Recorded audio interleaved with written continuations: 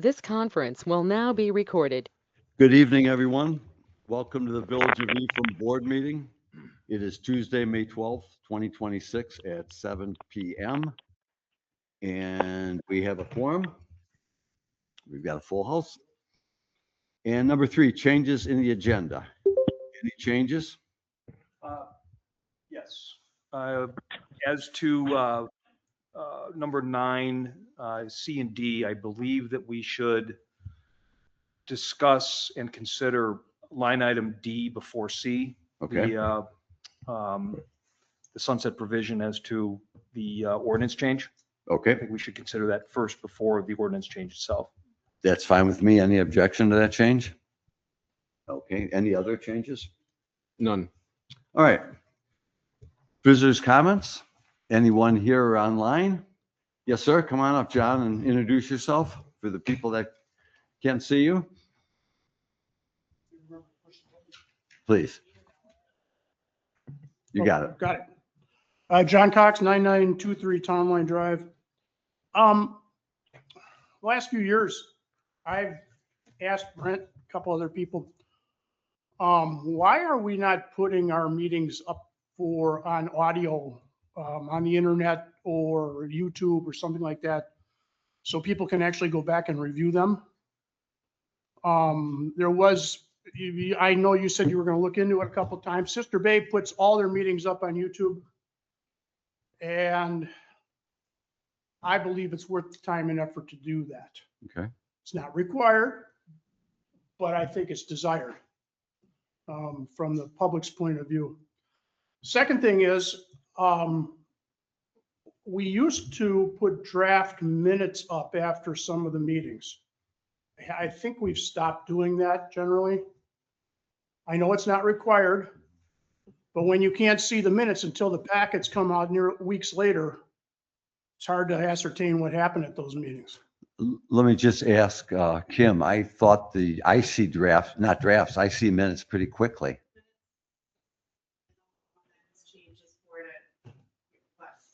Is what?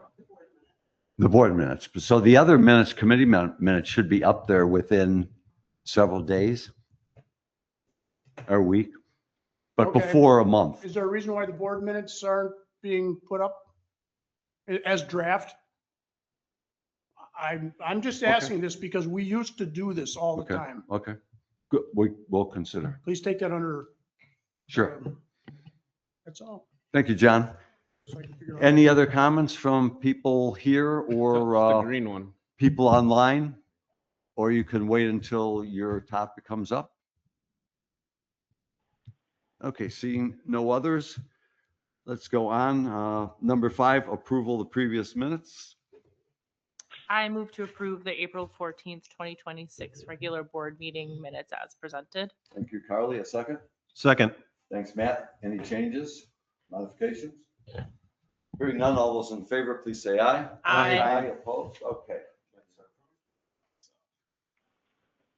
Thank you. President's comments, I have no comments this evening.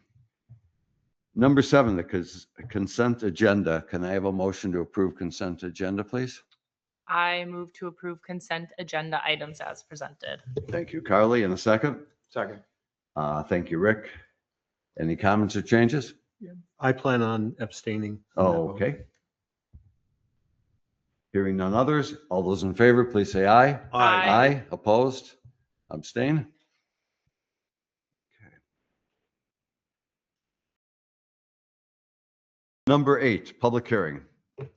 A, public hearing regarding ordinance 01-2026, an ordinance amending the Village of Ephraim zoning code 1720 protected waterfront. So we opened the public hearing at our last village board meeting. And tonight we will take comments as part of the public hearing. And I guess I would turn over to Brent and ask him if we have any written comments. I did not receive any written correspondence. Okay. Would anyone here like to make a comment? Come on up, John.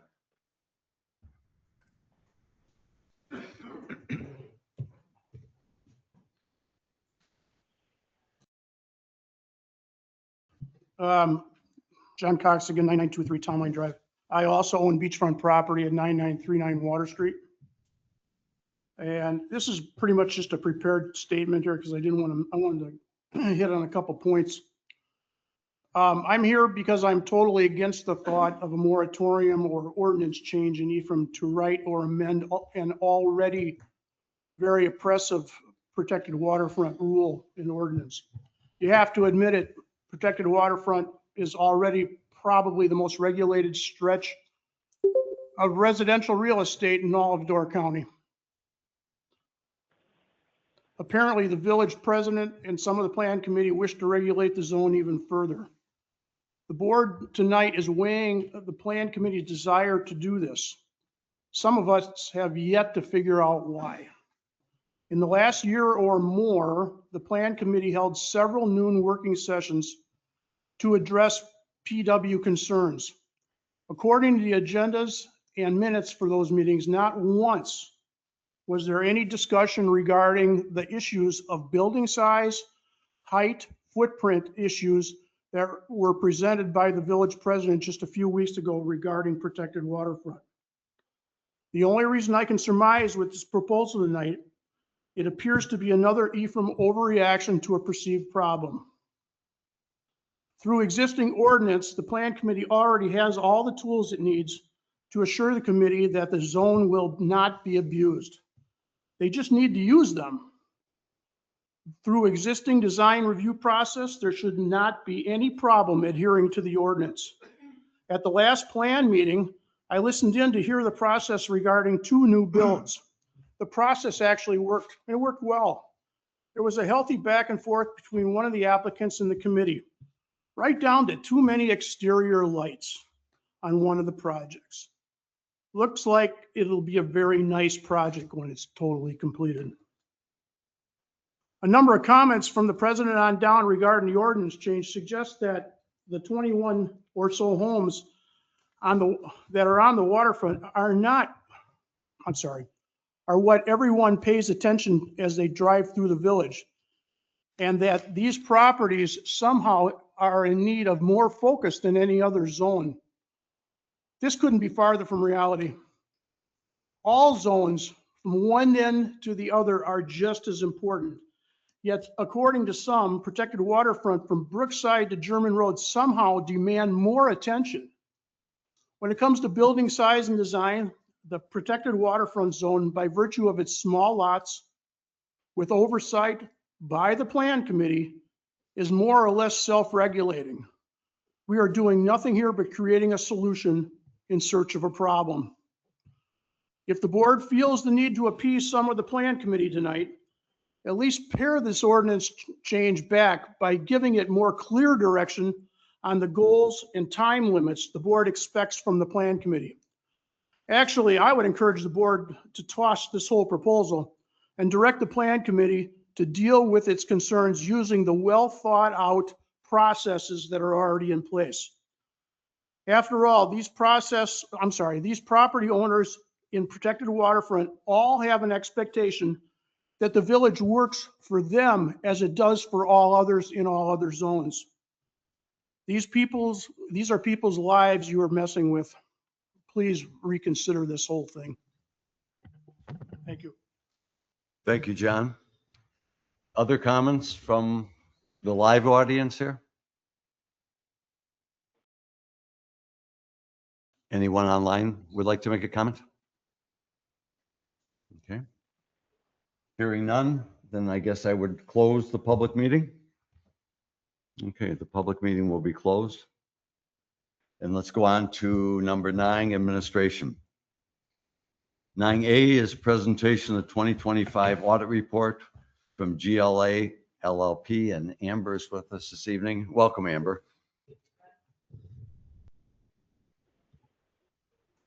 There we go. So you should have, I'm assuming you have a printed copy? Or you have this electronically, perfect. I'm going to start on page 1, our independent auditors report. In summary, we've audited the financial statements of the governmental activities, the business type activities, each major fund and the aggregate remaining fund information.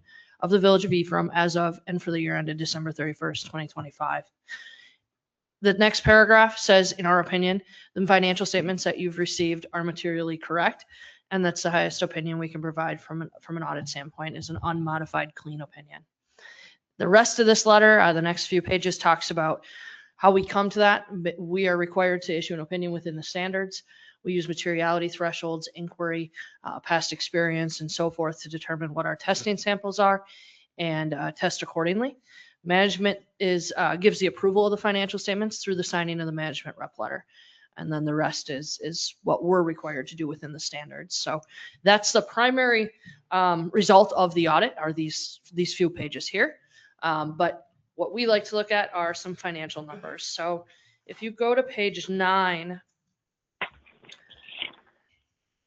page 9 this starts your fund financial. So just a couple highlights here. At December 31st, the general fund had about just shy of 3.2 million in cash available for operations. About 129,000 is restricted, and that's some unspent bond proceeds. But what we like to look at is the fund balances. So if you go down right where your cursor is there, we have about 3.2 million in fund balance. And there's a couple different categories here. Non-spendable, which is your prepaids or delinquent taxes. The restricted is that unspent bond proceeds that is to be spent. The committed funds, that 2.2 approximately, 2,188,000, that is what the village is setting aside through room tax and premier resort tax and those kinds of things for future capital projects.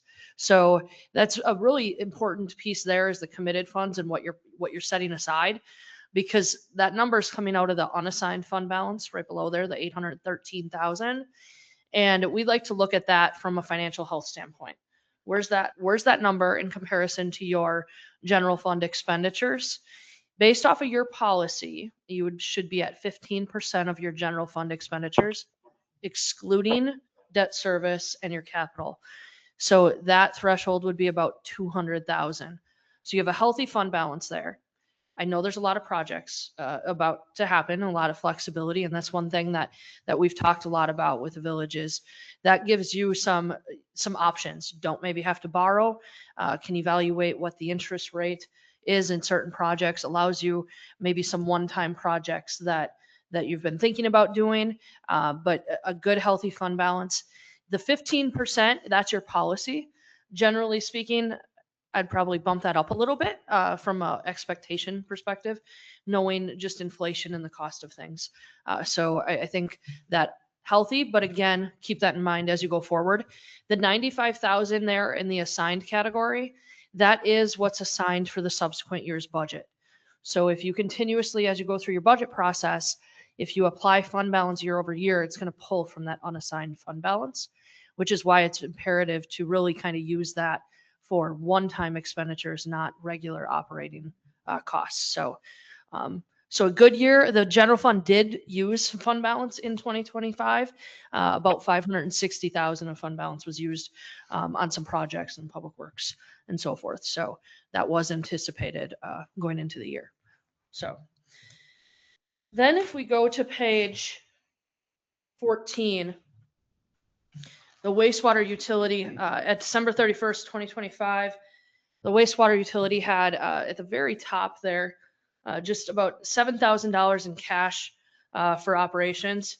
If you go right kind of just a little bit below that, and there's a restricted cash, the $721,916, that is the equipment replacement, and you're restricted for debt service.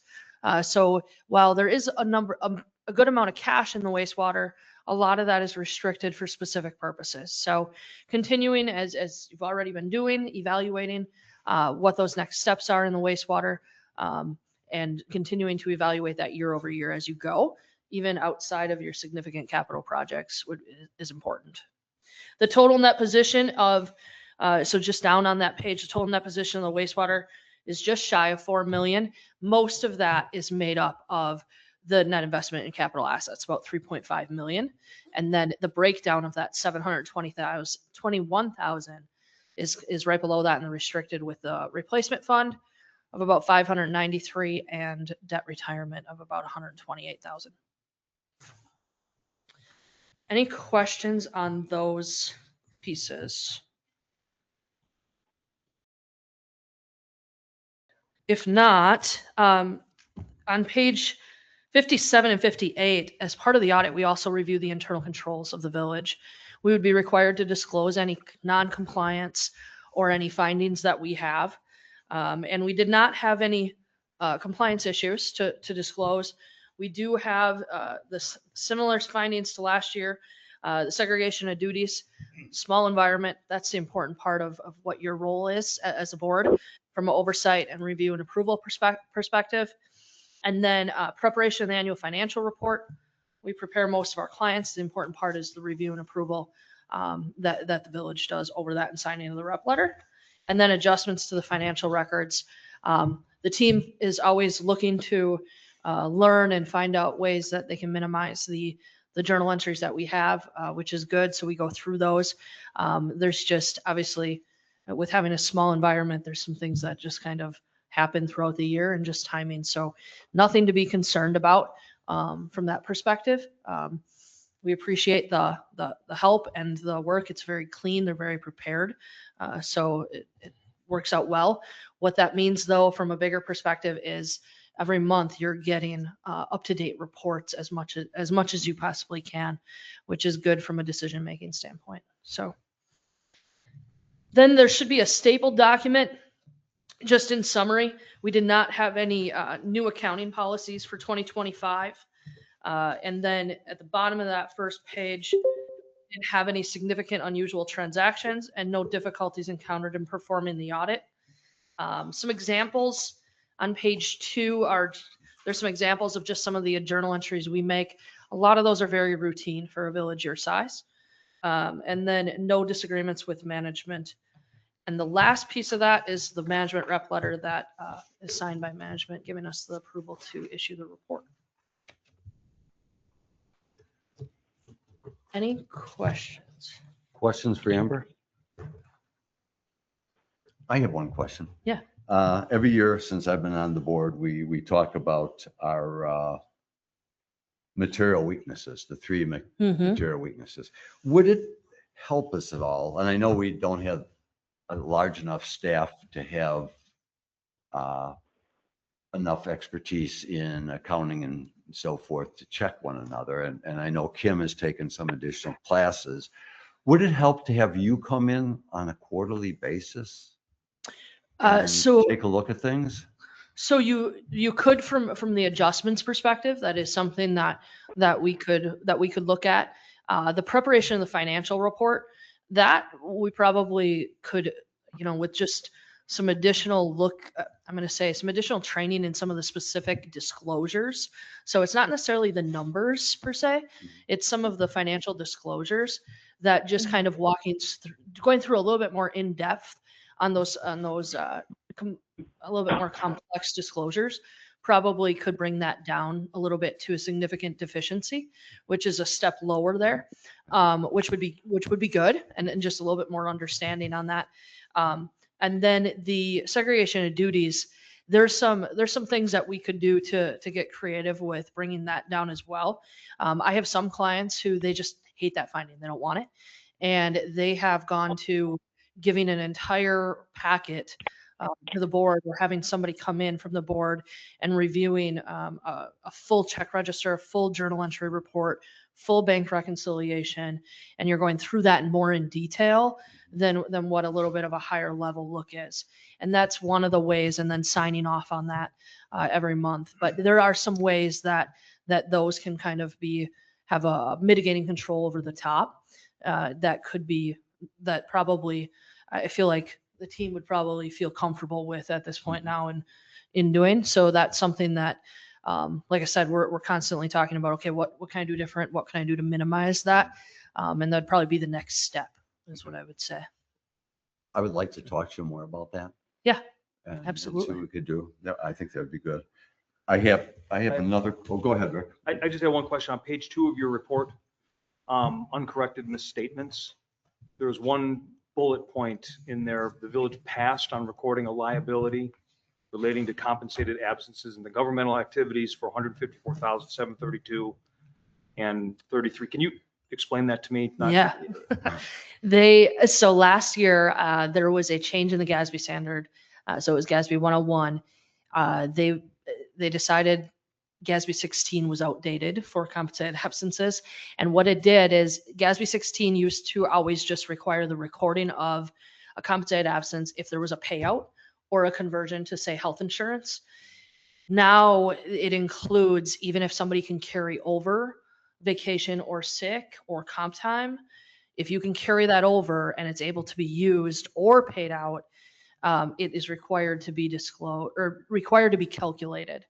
That those amounts in the uncorrected pieces, it's not material to the financial statements, kind of clouds it up with, because it's some non-cash type items below the materiality thresholds. So you can pass on recording that because it doesn't misstate the financial statements. But it's over this clearly trivial threshold. So you have a total materiality level and a clearly trivial level. And it's just over that clearly trivial. So it's required to be disclosed to governance that we passed on it. But that's what that relates to. The biggest change was accruing a liability for any carryovers in a comp vacation time that could be potentially used. So. Amber, one more question. On page 30, under note 3, you talk about custodial credit risk. And if you wouldn't mind talking about that a little more, and the investments that we have, and the risk in those investments, the high interest investments. Yeah, so right now your primary investments are in the LGIP, which has about 102,000 at December 31st. And then you have the Wisconsin Investment Series Cooperative, which is fairly new to the village. But usually those are invested in, they have a couple different options that you can invest in: cash management series, a term series, and investment series, negotiable CDs, and so forth. And they're all very, very safe investments that they can do. They all follow the state statute. So in Wisconsin, you can't invest in like stocks or things like that. You're very restricted to what you can invest in. And both of those are very, I'm going to say they're very common across the government in Wisconsin. But these, in terms of the credit risk and credit rating, the local government investment pool is very highly credible. It is not technically insured, like if you look at FDIC or state guarantee, but there's no reason to believe that would not be a safe investment. And same thing on the Wisconsin Investment Series and what they put them in.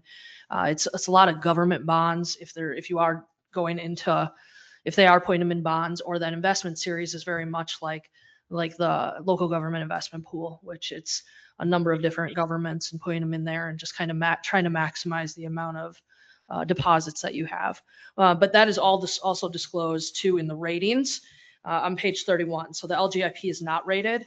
The Wisconsin Investment Series is a AAA rated investment there too. So. Thank you. Any other questions of Amber? Hearing none, thank you, Amber. Excellent. Thank Appreciate you. it. And thank you again to everybody. Andrea is not here, but we appreciate the help. So thank you. Thank you. All right, let's go on to B, discussion regarding Phase 2 Airport Master Plan. Jeff, how are you? Jeff Drask is here with us tonight. He is our chairman of the Airport Commission. And I think everyone has the report that they were presented in March, I believe it was. So. Also with you by phone is Gary Gloyak, one of the members of the Airport Commission. Okay, that was Gary? Yes, sir. Okay, thank you. Rich is also online, and Scott is here in the audience as well. I'm going to just put in a shameless plug right up front. I left you an invitation and a poster to our 80th anniversary celebration on June 6th. Great. So we're really looking forward to that. Yes, this is the slide presentation I'll be referring to as I go through that. And I'm going to go through it in the same order that we discussed it at that meeting. But before I get into the specifics, I wanted to kind of frame this out as to the purpose of the master plan and what we're doing here. The Airport Master Plan is required to maintain eligibility for future funding. It's similar to, I'm told, a comprehensive plan under the smart growth law that the village does too. So you put things out there. We're required to look at all foreseeable maintenance and improvement needs. We have to look at multiple options on how to fill those needs. And I just wanted to be very clear that this is not a commitment that we are going to do those things, but these are things that may need, or that we think may need to come. The next step with that is if it's on the master plan, then when we get, we do a 6-year plan, a petition similar to what we did in 2020, 2021, that timeframe. And then we list, these are the things that we think in the next 6 years we're going to be going for and asking you for. The last step is then to develop the project, go to the state, work with the engineering firm, get actual project details together, and then get funding for that. So it's a 3-step process. The airport operating and maintenance agreement that we have between the town and the village and describing what our responsibilities are as a commission requires that the airport to be operated, maintained, and improved in a safe and cost-effective manner by the commission for the benefit of all the citizens of the town and village. And the federal and state grant assurances kind of echo that. So that's really serves as the foundation for what we do. A lot of it is looking at safety, as I mentioned last time I was here, but we also are very concerned about spending money and doing it as efficiently as possible. And I think that the fact that we've been operating since 2009 without asking for any additional funding speaks to our focus on that. So shifting to the master plan and the recommendations. So I give you a summary of kind of the conclusions of the commission, and I'm going to kind of go through this presentation. And also before we get into the specific recommendations, the improvements recommended here fall into 2 categories: safety and revenue. So safety is obvious. It decreases our liability for injury, and the revenue part speaks to us being financially independent from this point forward. So, and I'll refer to that on each individual recommendation. So I'm going to start on page or slide 11, which is where they put the, this is the 2012 plan. Shows the plan that we had approved then and then sent in, and it's a diagram. This is the basis. There it is. Now you got it.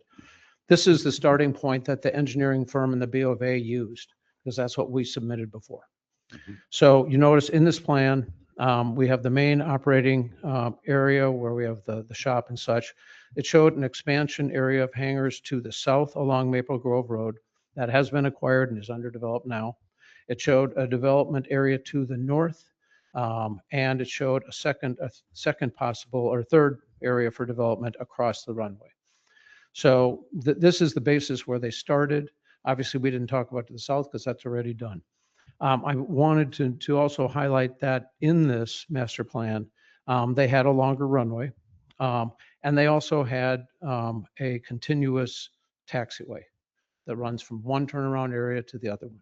And I'll talk a little bit more about that. So the 1992 ALP, and I have a copy I can leave with you here too, that also had a longer runway and the full length taxiway.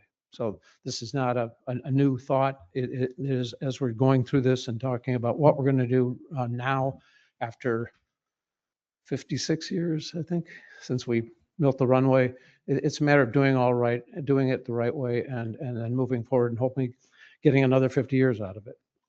So the next part, runway 1432 rebuild, and that starts on slide 15. The B of A and the engineering firm presented 4 options to us, A, B, C, and D. A, B, and C all have runways greater than 3,000 feet. It was 3,300, 3,200, and 3,400 feet. And the last option goes to 3,000 feet. Of all these four options, the commission unanimously selected the shortest runway, the 3,000 feet. And the main reason for that is that extending beyond that length, 3,000 feet, a 300-foot extension beyond what we have, it extends our runway protection zone significantly outwards. And then when you get into doing that, the state wants you to have more control over those RPZs. And we don't want to get into that. We already have a height ordinance that it's enforceable. And, you know, we want to stay, you can see with that diagram, we're bordered by Highway 42 on the north and Maple Grove Road on the south. And so that was our conclusion. We believe that the 300-foot extension will address the majority of safety issues for aircraft the size that are coming here. None of these extensions increase the size or capacity of airplane that can land here. It's a pure safety issue.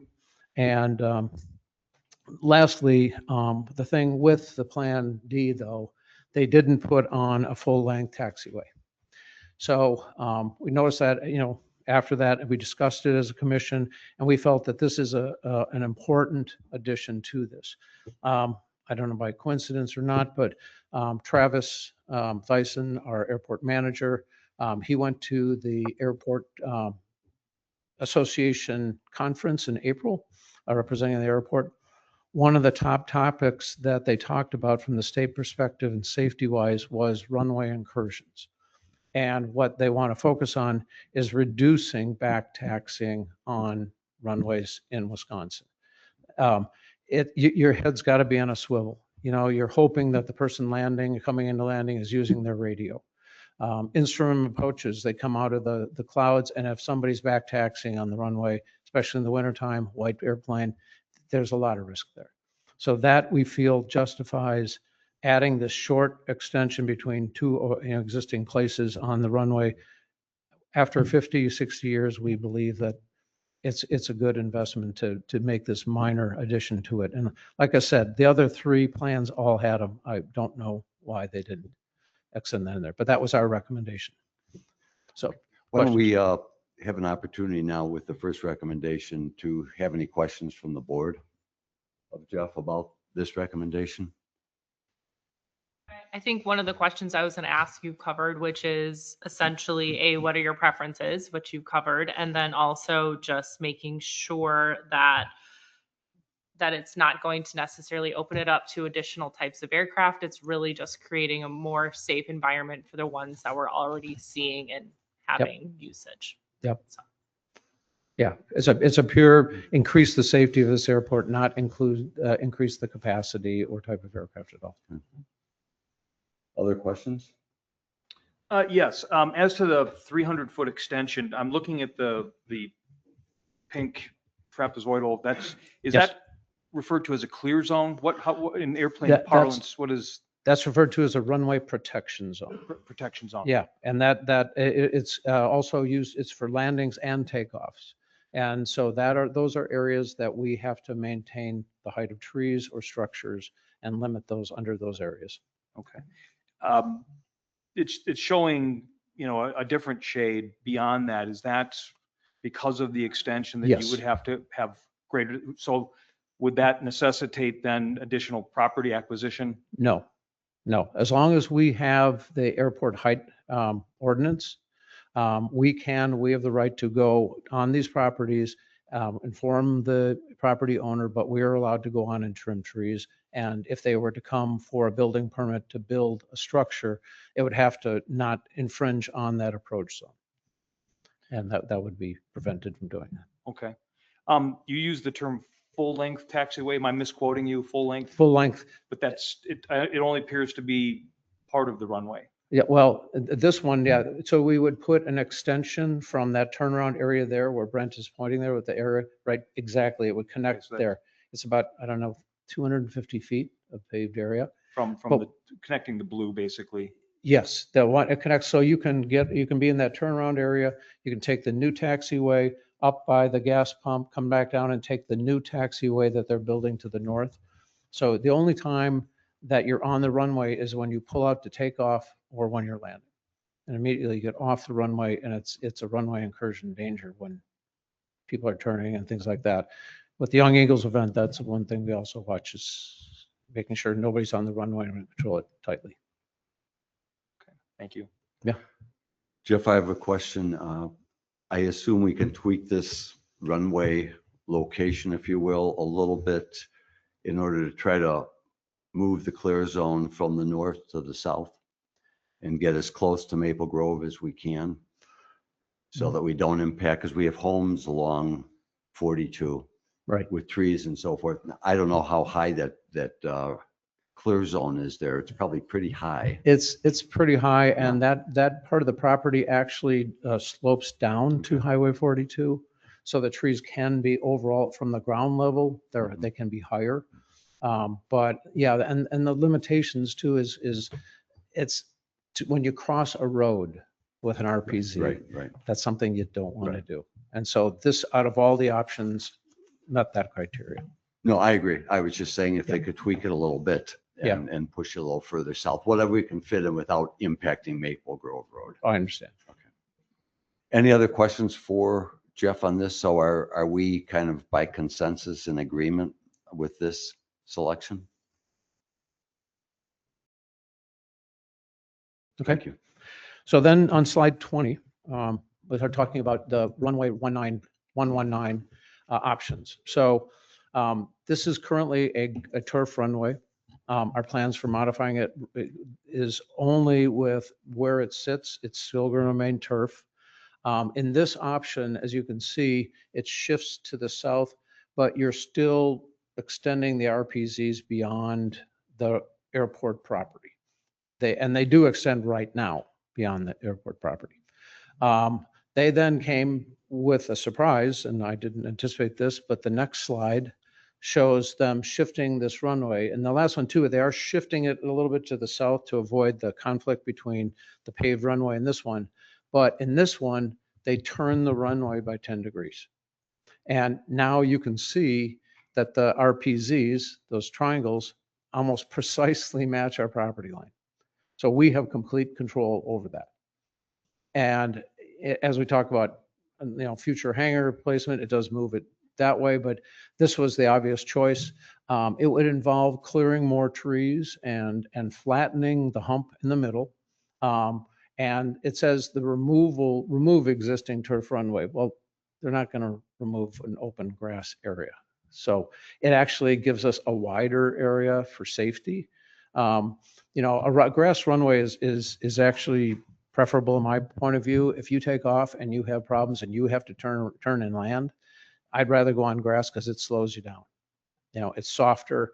And so as a safety point of view, having an alternate runway, a lot of airports do not have alternates. So this is, again, a major feature. So as we get to looking at rebuilding this runway, this was the preferred choice by the commission. Yep. Questions for Jeff on this? I guess my general question is, have you gotten any feedback from any of the kind of like your neighbors around the airport, or are there people who kind of We've share any had perspective? 2 meetings with the B of A and the engineering firm, both on kind of what direction, what are we thinking? A lot of it was work on their part to look at the type of aircraft that are there and specs of the airport when it was rebuilt. We've had the hearings open to the public. We posted them with the last advisory committee meeting. We didn't get a lot of people coming.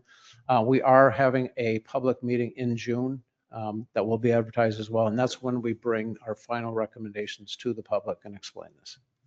Thank you. The challenge with that meeting in March is no one's here in March. Uh, So they have a public meeting in March. Nobody myself shows up. included. So the June one will be good. And will it be the same presentation in June of these? What it will be is probably presenting our recommendations and the reason why. Okay. I don't think they'll go through the multiple options. Okay. If somebody does ask, how did you arrive at this? The answer would be, we looked at long paved runways and we would address that question. Other questions for Jeff on the turf runway? So you have no future plans of paving the turf runway? No, we don't. And then in the beginning there, you were talking about self-funding. How do you plan on doing that? So the work for this will be bid at the time. We have to document use for it. Right now, we have to 500 uses for it to even be eligible for this. We have a working runway right now. It's not preferable. It's got a hump. But, once we get through this, our priorities right now are, one, repave the 1432 runway and rebuild it. Secondly, to look at financial stability through hangar growth. That is the major part. And lastly, then we will look at turning this runway and things like that. That's our priorities right now. Okay. Other questions? Do you have a timeline in mind for all of this, or is it going to have to be in We this don't kind of have a steps? proposal for doing this runway yet. It's, that one is going to be a pretty big one to either bring in a lot of fill or remove rock. So being a 20-year airport master plan, these improvements would be anticipated in the next 20 years, or not necessarily? No, it could happen depending on funding. It could happen on the use of it. Like I said, we have to document that we are using the runway first. But this as we look at, we're asked to look at everything we have and what could happen. So it's a wish list that could happen in 20 years. We don't have any firm locked in. In 14 years, we're going to do this. Can we say by consensus, we agree with this approach on the turf runway? Okay. Go ahead, please, Jeff. Okay. The next one, slides 22 and 23. It looks at the area that we are developing right now for hangars. The 5 on the left-hand side are being built now, and then the other 8 will be added in the coming years. And what this looks at really is where the doors and the taxiway is between these two choices. The second choice, which is A2, shows the taxiway and apron to the south and southeast or southwest. It's kind of common sense. A northeastern facing home, you're never going to get rid of the snow and ice on your front step. Same thing here. Clearing the snow. This one, the sun comes, it melts the snow, it makes it safer for airplane operations, cheaper to plow and things like that. So that was always our intent as we looked at placing hangars along the runway, that they'd be southwest facing. So that's our recommendation is to have this. Like I said, it's always been our intent, but they hadn't put it into prior plans, and this documents it, and again, makes it eligible for funding. This one, by the way, as you can see, does show that extra taxiway. So the full-length taxiway. Questions for Jeff on this? Looking at the work, No, go ahead. Looking at the work you're doing right now, because I think you're building pads for 5? For 5. 5. Yep. So are you anticipating then the lower taxiway also, as I assume the 5 are the 5 that are furthest? Yeah. I guess you'd say to the Yeah, the west. one, yes, the one, Northwest. the first on the left, closest to the existing hangars closest to the runway, where it says at 35, that one right Yeah. there. That's the one we're building now. Okay, so And you're then- anticipating, well, you have the taxiway there anyway, right? Yeah, now. yeah, I see. yeah. We Okay. could, but I wouldn't want to own one of those hangars if they face to the northeast. Right. The doors, it's undesirable. And you have people interested in 3 of the hangars right now? We have letters of intent for all 5 right now. Oh, you do? Okay. And we have somebody interested in hangar C, in the site at the end of the existing row of C row of hangars that Oh. we obtained a variance for from the county last September. So people have seen So it. that would actually be the 6th new hangar that you'd have available right as soon as That you somebody's finish the building, construction. right? They're under a letter of intent, and again, we build in 1 year, and then we receive the full lease payment the following year. Right. So that again, it builds up our revenue. Okay. But yeah, the last one just came in last week. So Good. out of 5, all 5 of them there are committed. Great. Questions for Jeff on these 2 alternatives? Has the commission already approved the additional 8? I guess I'm a little confused. I thought this happened in stages. There were 5 and then 8 more. How did Yeah, that so go? it is in stages. They just didn't draw the line where the stage is because the first 5 are being built right now. The second property we acquired last year, we closed on it. And there was a house on it that we sold and that's going to be moved. And then we have to develop that entire lot and then get it ready for additional 8 hangars. We don't have any, we have a waiting list, but this is probably 2 to 3 years, probably 2 to 3 years out, because we still have to do construction on that zone to prepare it. Has the commission run projections as to how each additional hangar benefits the airport from the standpoint of future capital projects? What the bottom line is for each one, or in the aggregate? Right now, we're at 65 cents per square foot per year for lease. So a 50 by 60 hangar, which most of these 5 are, is just under $2,000 a year. We have a 3% per year cost of living increase that builds on top of that. But right now, we're looking at roughly $2,000 per year income per hangar. So we don't look at it as, right now, our budget projection we showed, I think I discussed this last time I was here, but we're netting just under $11,000 a year. That's the money we make after we pay all of our expenses. 75% of that income comes from overall gross income comes from lease payments. About 20% comes from fuel and about 5% comes from donations and other sources. So fuel is the one that took us over the edge, that made us over the edge profitable in 2009, but it's not the way for us to continue to grow. And we've talked about this before, cheaper fuel is going to bring in more traffic, and we're not playing that game. Oconto does, we don't. So are we by consensus in agreement with Jeff here on this taxiway configurations that we show in this drawing as opposed to the previous one? Future taxiway? Yes. Yeah. Okay. Go on, please. All right. Next is. Oh, yeah, Mike, you want to put it off. They're kind of sensitive. You have to push the button again. Okay, I did it. Sorry about that. So the next area that we're talking about is where we, down the road, would build more hangars. And like I said, that is our primary source of income. So they presented two locations, really, and 3 options. But as the 2012 ALP had hangar expansion to the north, that's what they looked at first. And that area is here. It's got room for 31 hangars. That assumes that we acquire the entire property. This is private property right now. We have absolutely zero intent to take any property by eminent domain. So if this property were to become available, part or whole, if the owner was interested in selling it, this is why it's being considered. With this option, we're obviously right on Maple Grove Road. So access to that site from the road is much shorter than the other option. Power can be bought right in from Maple Grove Road. And the lot itself is relatively flat. So as far as ease, this is the easier choice, if you will.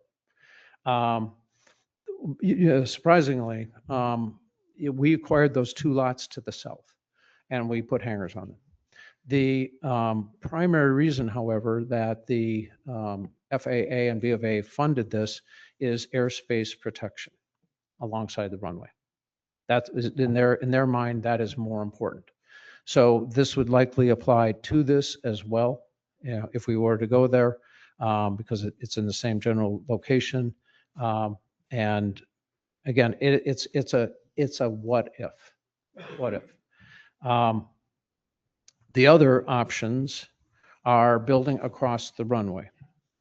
And in the 2012 plan, it showed hangars in a linear line across the runway. That the engineers felt was undesirable because it is facing the wrong direction. Again, it's facing northeast, and it's on a hill. So they chose to choose an area to build a more densely packed area. It's off the road. It's not, near homes. It's already property we own. So this has been on our radar for a while. The area, though, this area in general is going to be more expensive to develop. We have to we have to cut in a new road from Highway A. We have to bring in power from Highway A. For this most recent lot that we put in, bringing in the power from Maple Grove Road cost us almost $100,000. I don't know why. I can't defend that, but that's what it costs us to put in a power pole and cut in the conduits. So, if you take that 100,000, I literally, just before I left, I asked our engineering firm, give me a ballpark for what it would cost to get to this lot. And they provided a number of, with the road and the power and the taxiways, approximately $4 million. So that would be compared to almost zero from Maple Grove Road.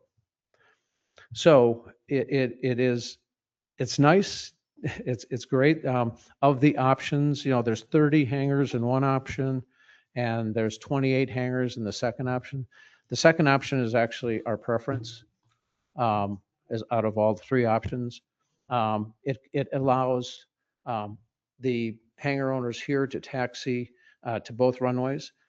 If we don't have that link with 3-6, the people using that runway would have to come out, cross runway 1432, taxi all the way down, and then cross it again, and then back taxi 3-6. So this seems like, in our opinion, the ideal plan. Timing of this, one is we're going to have the money. Secondly, we're going to have the demand. Even before that, we're going to have to fill up those other 8. So our average, so far between 1981 and 2018 was roughly 1 hangar per year, just under. With these new 5 coming in, we haven't built any since 2018. So with additional 5 more, we're still really not caught up to the 1 per year. It's not a goal for us. It is just we're responding to the property and opportunities that we have. So those are the 2. So what the commission agreed unanimously, it was after we discussed it at the last commission meeting, that our choice is this plan unless the other property were to become available. And if it does, from a cost effectiveness perspective, that's what we have to do. We have to look at these opportunities. Will it come up? We have no way to know that. Will they be interested in selling part of it?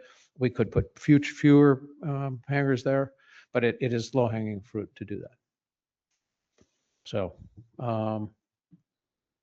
happy to answer any questions on that. Questions for Jeff? Who wants to start? I guess it's less of a question and I guess more of a hope. Is that I fully support the airport. Love airplanes. Lots of people in my family are pilots. I've actually flown an airplane before. Didn't do much. That's why I'm here tonight. But I just want to say that I guess my concern is, and I realize that this is very speculative, may never happen. A whole lot of things have to happen for this to happen. But this just looks like, if this were to happen, that, Sturgeon Bay, for example, I believe has 50 hangars, something like that, that this puts us bigger than that. And then does this necessitate a much longer runway? And then do we need more taxiways? And then the next thing you know, again, this is a hope that the airport commission concludes that, well, this airport really changes our community. Understand. And so being supportive of the airport, my hope is that this does not come to pass. So I understand your concern. I understand your point. When speaking with Sturgeon Bay, so Sturgeon Bay is rebuilding their runway. They have growth plans as we do. You know, the timing of when this may happen, unknown. It may happen in parts, you know, after this, you know, 2032, something like that. But I actually, before I came here over the weekend, I looked at the flights that arrived for the last 2 years. And I was able to track the tail numbers and owners by ADSB. There's other ones that come in that don't have the tracking, but by my count, so please, you know, this is my personal count, just under 70% of the airplanes that landed here were not hangar owners. These are visitors coming to Door County. So I don't personally think that this is going to mean we're going to all of a sudden be a flight taking off every 10 minutes. On the comment you made of also we're going to need longer runways, more taxiways. We are landbound. This airport is landbound. We're never going to cross where we affect Peninsula State Park. Even trimming trees in Peninsula State Park would take a year or more of negotiations. To the south as well. You know, this is all the longest in the next 20 or our foreseeable future. We don't foresee this changing. And these hangars are going to house the same type of airplanes that are coming now. It is, again, what the FAA expects us, because they've invested a lot of money, us to have plans. What if that growth happens? What are you going to do? Where are you going to put it? Have you vetted them? You know, things like that. Well, So speaking for myself, but I think if this is a common thing that you will find on the board and in the community. I mean, we're supportive of safety enhancements. Yep. You know, definitely that's something that we would generally be in support of. The growth is alarming, so I'll just leave it at that. Yep. As speculative as it is. Sure.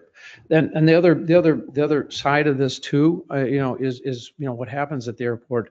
But as I specified before, I know that the question's been raised: is how are you going to be financially independent and pay for other long-term improvements and the next runway rebuild and things like that?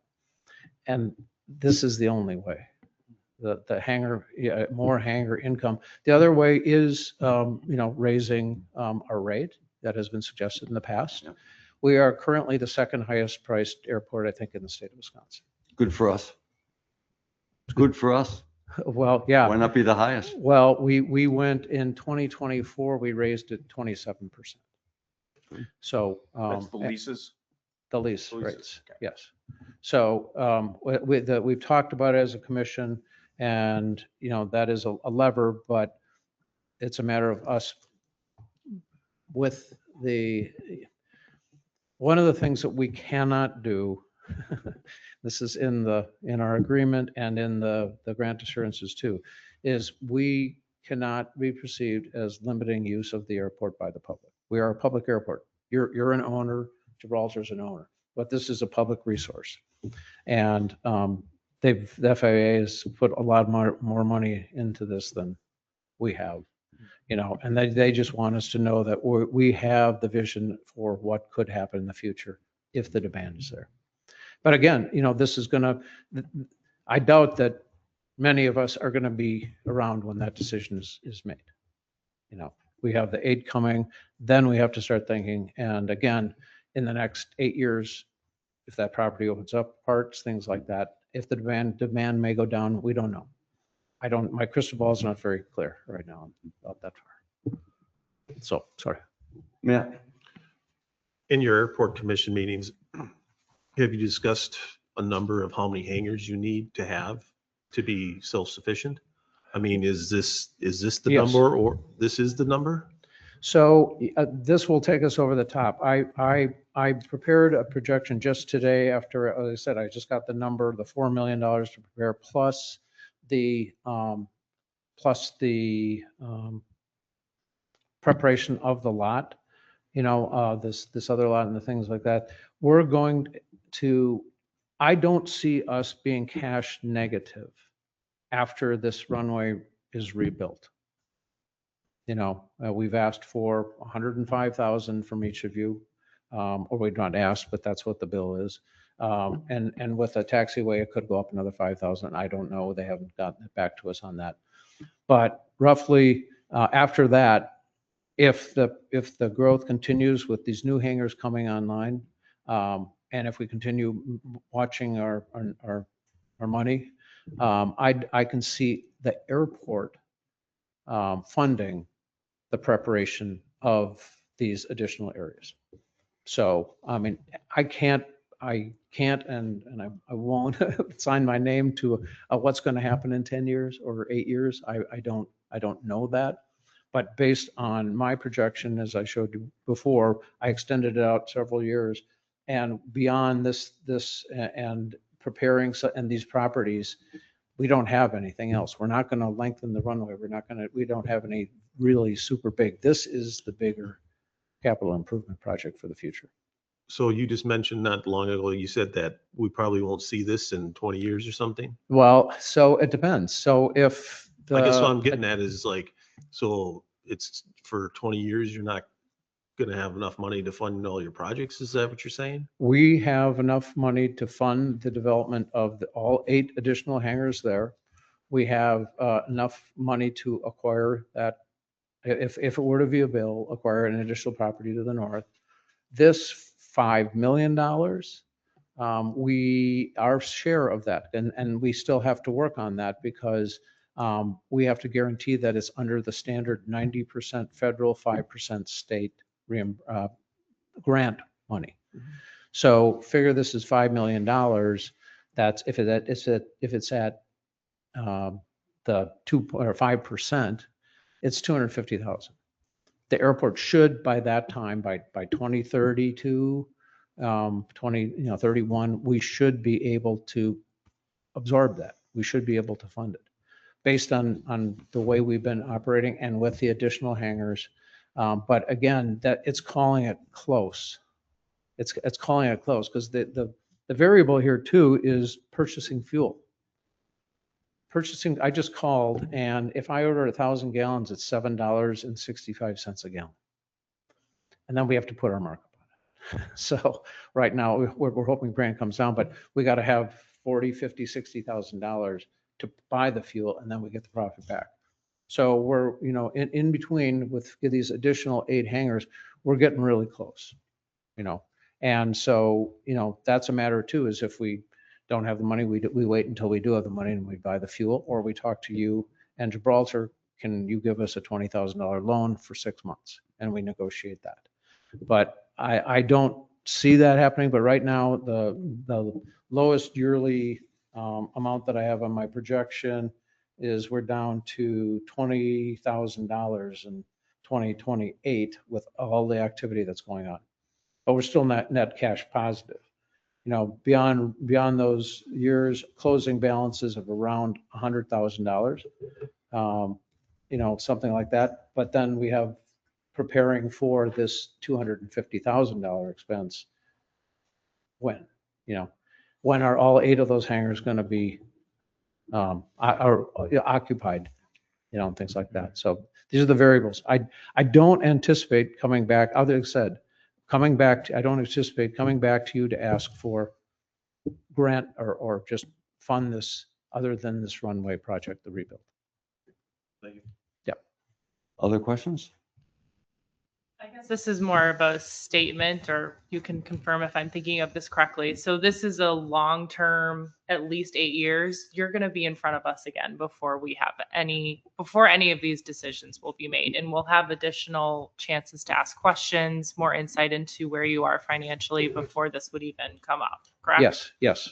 I mean, I would say in 2 years we'll know really what's happening with those additional 8. We can see what the demand is 2 or 3 years. We'll come back because we'll have to take that next step in putting things on a petition, what we think we're going to do in the next 6 years. And I don't know without this one is very, I would put it on the list, but again, then the final decision is, do we have the money? And are we going to actually submit the request to FAA? Are they going to cover 95%? Because if they don't, then the cost goes up again. Jeff, I sense a catch-22 here. We've got this nice little hobbyist airport between our two communities. Okay. And on the one hand, you say it's not going to grow anymore, except this, that we have to grow in order to pay for it. I personally can't buy that. There's loads of ways to pay for this besides the village and the township. For you all to put on your thinking cap, hangar owners, and figure it out. But what concerns me is we just talked about we're not buying any property unless somebody comes up with a great deal. And I, for one, and I'd like to talk about this with the board, I don't want to see the airport grow anymore. You've heard us say that we're happy with the airport. We're not fighting the airport, but we like what we have. And when you start to put in more hangars, it's just hard to believe that volumes won't change, traffic won't change. And I hate to see a piece of real estate that generates property tax for the village of Ephraim all of a sudden become public property. So I would like to engage the board in what they think about a possible acquisition. Could I make one comment? Sure, please. So you just mentioned that they would remove it from the tax roll. Mhm. That's not the case. Okay. Hangar owners right now pay property taxes. Every year, the town, whoever owns the property gets the value, gets the right to tax and taxes it. So I pay, I don't even know, $2,500 or more. I pay actually probably more than my lease payment in property taxes To the county? to the town of Gibraltar. To the town of Gibraltar? Okay. Yes, because the open areas of the airport are exempt. Okay. The hangar areas are improved properties. So as a village, if you owned a property that was on the airport, you can tax it with a single private residence value, or you're going to be able to tax it with the value of 20 hangars. I don't predict it. I'm not going to tell you that, but you can probably do the math. Hangars are costing around $200,000 a piece now. So you're still going to have Okay. property revenue. That. Okay. And the only, like I said, the only caveat we put in there is we're looking at being able to accomplish our goal of having financial independence and long-term stability for about $4 million less, if that northern route were to be, northern place were to be possible. And that's why we put it out, because I don't like spending money if I don't have to personally. So I treat it kind of like that. Yeah, I'd be curious. I would like to look into that. Yeah. It's not that I don't believe you, but. Yeah, I got the numbers from the engineering firm tonight just to bring in. No, I meant as far as how much property tax that would yield. Oh, to yeah, the yeah. Village if it Yeah. became hangars. But Please. if we bought it and there's no hangars, then Well, until we built hangars. right, we would have bought the property with the intention of building, and that's, like I said, it's been on the plan since 2012. It's kind of, as I said before, low hanging fruit. We've built to the south. We'd add on to what we have. It's by far the most cost efficient way to do Sure. it. The hangar option, I think you said was your least preferred option, the hangars along Maple Grove Road, or is this? If that property were to become available, if we, I think it's a 12-acre property, if they want to even sell 8, we could put 20 hangars there, and it would be way cheaper to develop them there than it is to put them across. Is that property in the village of Ephraim? Yes. I So believe it those is. hangars would be paying property tax to Ephraim, right? As it is now that the hangars are paying to the town of Gibraltar. Because they own that property, yes. Other questions? How do we feel about an expansion? Are we open to it? I mean, you'd have to come back to the village anyway to get. We're not starting this project now. This is just on, again, as we're required to do, look at all the options. And I guess my definition of expansion, you can, is are we going to expand in any way to make bigger runways, get bigger aircraft and things like that? We don't want that. The commission is not looking to do that. I don't see an easy way to do that without crossing roads. And to do that, again, we're landlocked. We just want to, optimize our revenue. We don't want to have to come back to you. Right. And so these are the two things we're balancing. Right. So. Again, I'll just reiterate, I think we've had discussions before that we're fine with the airport as it sits. Mhm. This isn't the airport as it sits in my mind. That's my opinion. I don't know if we'll have the demand for it or not. It's hard to believe that we're going to have more hangars than the airport in Sturgeon Bay. I don't know what their long-range plan is. No, I mean, they have jets and they have. no, but I mean, they only have what, 60 hangars? Yeah, and 60, we'll 65? so we'll have 35 plus 12, so 50, and then this, and when this would be completed, for us to build 31 hangars, that's one a year, that's 31 years out, plus, so we're Mhm. probably talking this being completed, and it's all hangars sold, ways out. Tim, you have a question? Well, no, not a question, more a comment to your concern. And you're answering that. We're talking about, first of all, these plans are here because FAA requires you to have these plans. Otherwise, you probably wouldn't, you may have these plans and you may not, but you're required, so you have them, you present them. I can't react to them and say, I don't want you doing this. For all I know, you don't want you doing this. The FAA wants you doing this. And I'm pretty happy with the way the airport is right now. But if you ask me, am I in favor of this? This is how far down the road. Ask me 5-10 years from now, when this is actually an issue.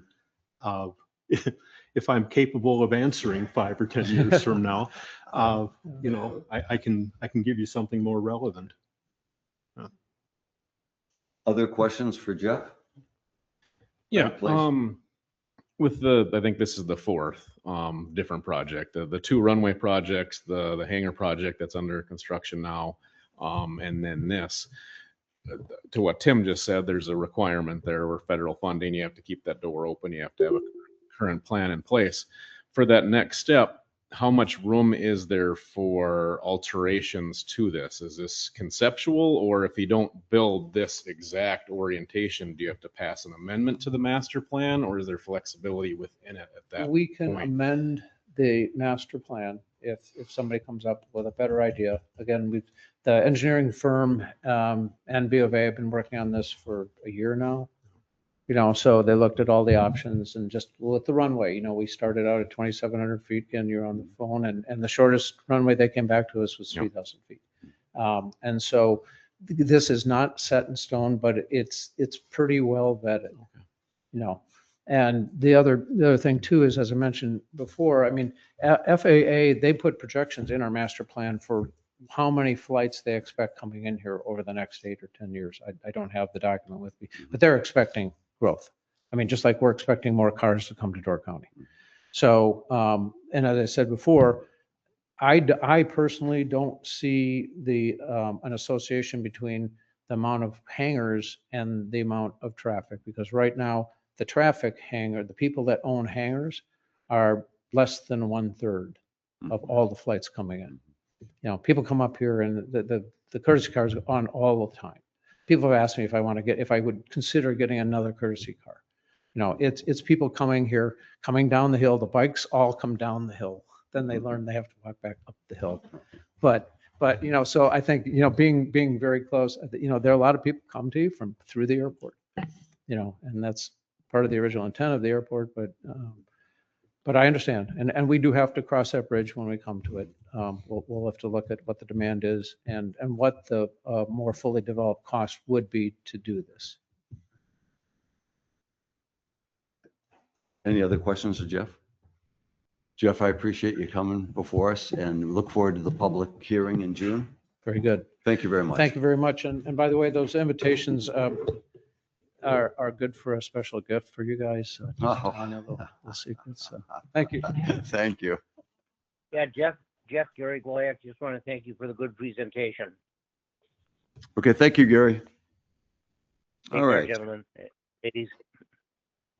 Then we've decided to switch D and C under 9. So we'll go to D now, which is discussion and consideration regarding intent to reinstate current protected waterfront ordinance should a new protected waterfront ordinance revision not be approved by the village board within 6 months.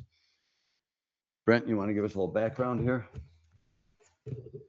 Yeah, I guess this came up the board meeting last time relative to discussion on setting this ordinance for public hearing. I think the board echoed the concern and possibly wanted some direction on taking it a little step farther than the planning committee did in their intent to turn this around very quickly should the board pass the amendment that's proposed to remove those 2 sections of the zoning code. The commitment planning committee made was to get this turned around and have a new ordinance in place within 6 months. So yeah, relative to that, again, the ordinance itself and the proposed strike-throughs would be standalone, but that's why we placed a secondary item on this agenda, was for a consideration for the board if they were intent on having something more concrete in place to hold everyone's feet to the fire, that there is an end game here. Should this ordinance amendment pass tonight, some assurance for the residents of Ephraim and certainly the owners within protected waterfront that something would get done in a timely manner. I know that Rick has expressed an interest in putting a timeline on that. Rick, maybe I'd pass it over to you for the first comment. Sure. This is kind of a tough issue. And I'm from the beginning of our conversations in the plan committee and on the board, I'm torn on it. I share many of John's concerns about, I had fewer concerns about a moratorium, but the idea of eliminating conditional use permits for new construction additions for, bigger projects within this district is concerning, that we would do away with that. That being said, I also, being on the plan committee, have seen the proposals that we've gotten in my very short time on there in the past year. And it's become very clear to me and everybody else that there's a great deal of confusion on the part of both, the people building the homes or the builders and the property owners as to what the requirements are. I mean, just to give a couple of illustrations of it, the whole idea of, my understanding predates me, but 1.5 years ago, we were wanting to mandate or define that you could put a 1.5-story house in the protected waterfront district. That is not part of the code. That's not defined.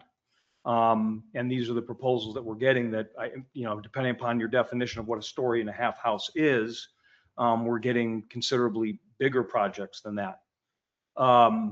So when it came up that we were going to do away with the conditional use permits, I thought, and others thought, that if we were going to take such a step, that it would be a good idea. I think the only real palatable way to do it would be to put an end date on it. And I thought that we would do a sunset provision, meaning that in the event that what's next on the agenda, that change to the zoning code, the relevant zoning code, protected waterfront, there are no changes enacted by this board, that the provisions that are there today, right now, would automatically revert back to being in full force and effect. So I think that that's what we should do, is have the sunset provision.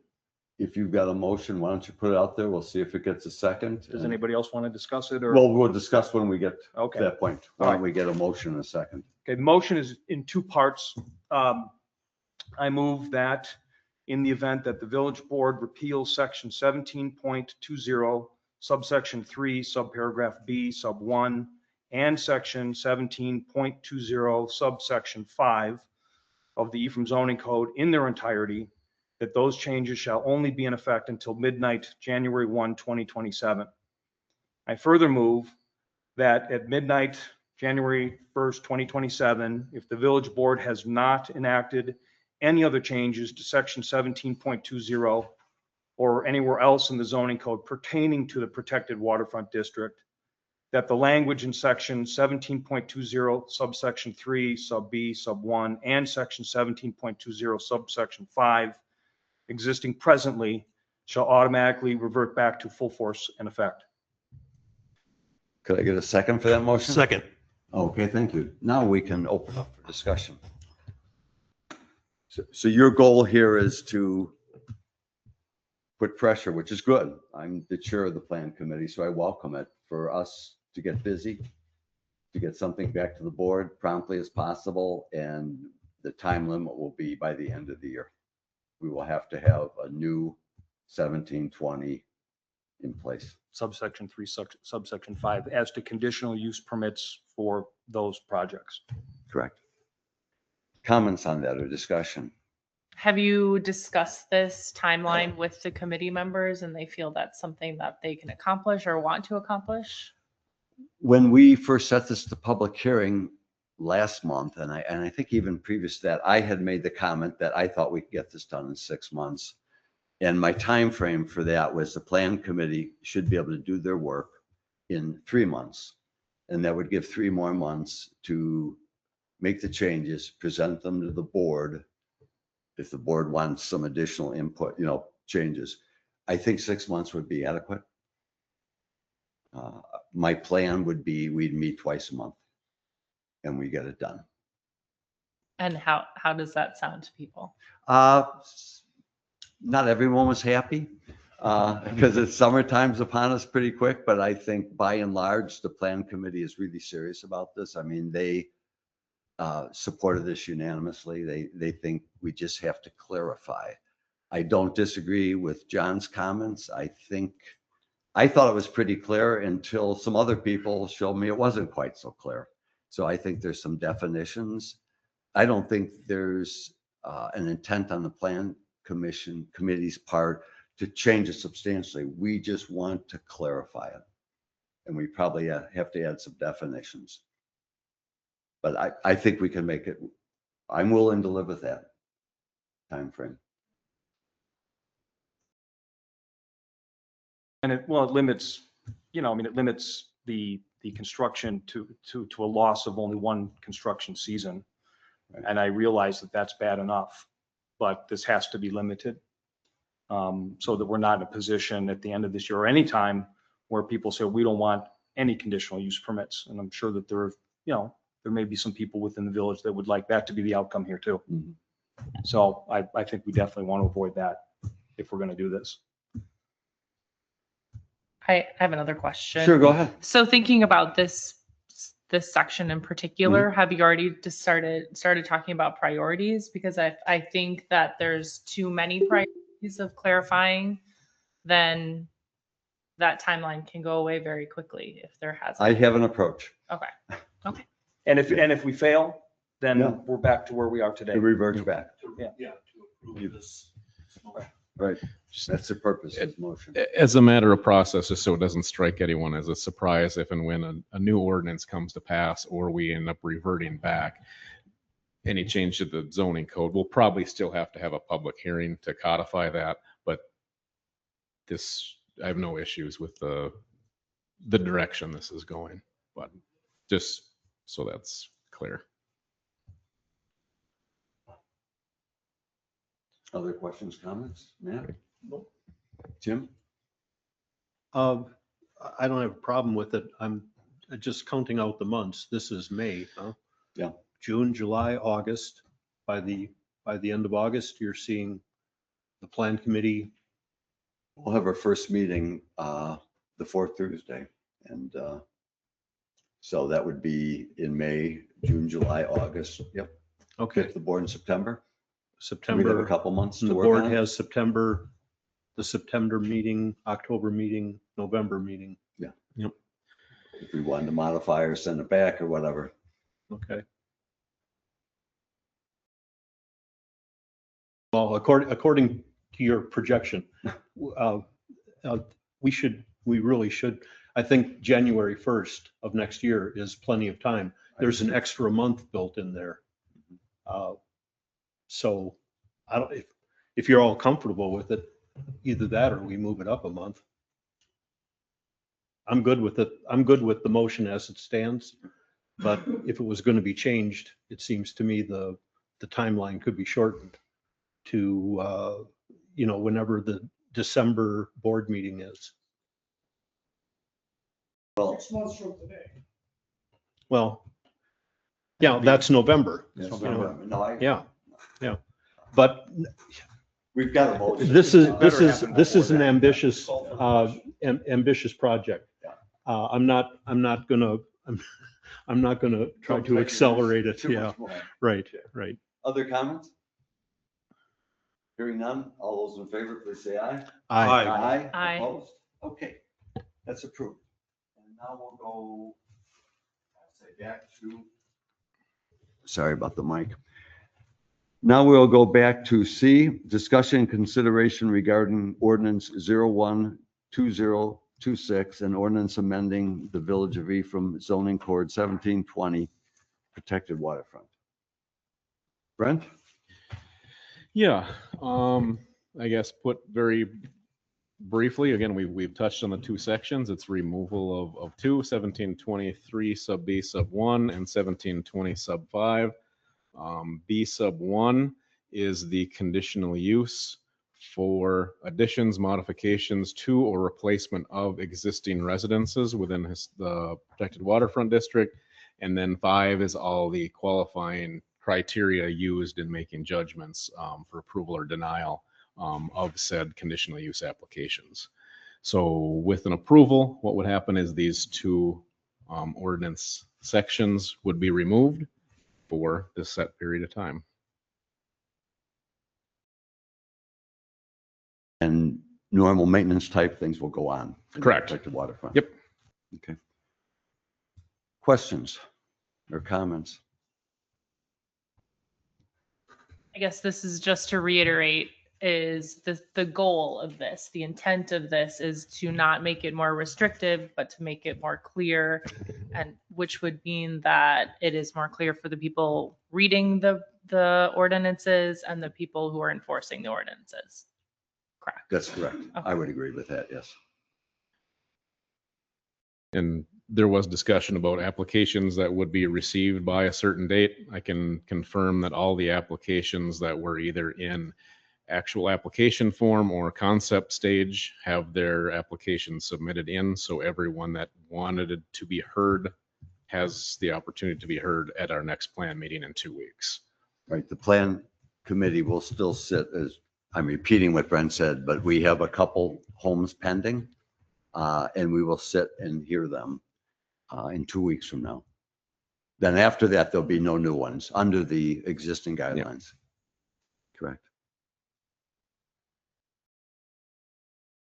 Would somebody like to make a motion? I guess I have one more question. Okay. What is the expectation for HBC's participation in this? I was going to invite HBC Okay. to be party to it also, to get their input. Because they're held to it, but don't have the same decision making. But Correct. So it's But something they, that, yeah, they do have the ability to look at compatible infill, bulk and size. So yes, I want to get their input also. great. I was going to hope that was the answer. Somebody want to make a motion?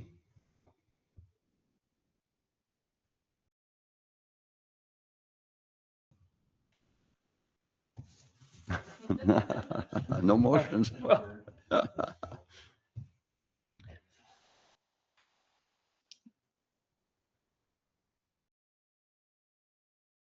Well, I'll give it a try. I move that the board approve the ordinance amending Village of Ephraim zoning code, sections 1, 2, 3, and 4 as presented.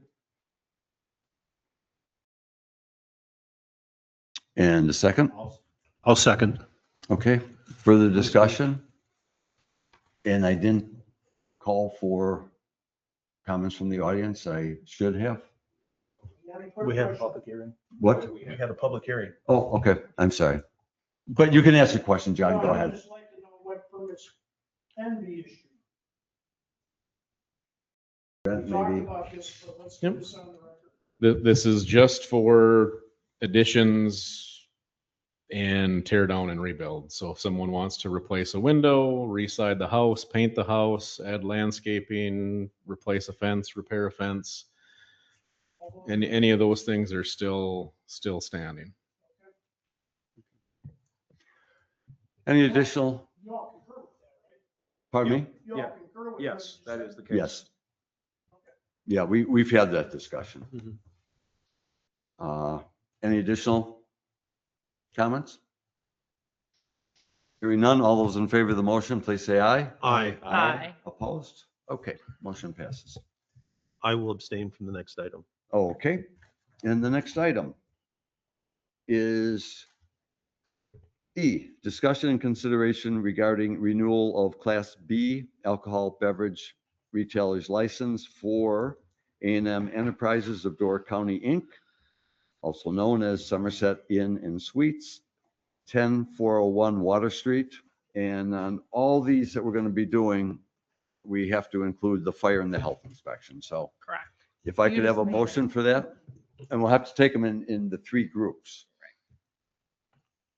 I move to approve the renewal Class B alcohol beverage license for A&M Enterprises of Door County, Inc., DBA Somerset Inn and Suites at 401 Water Street Inn, pending fire and health inspection.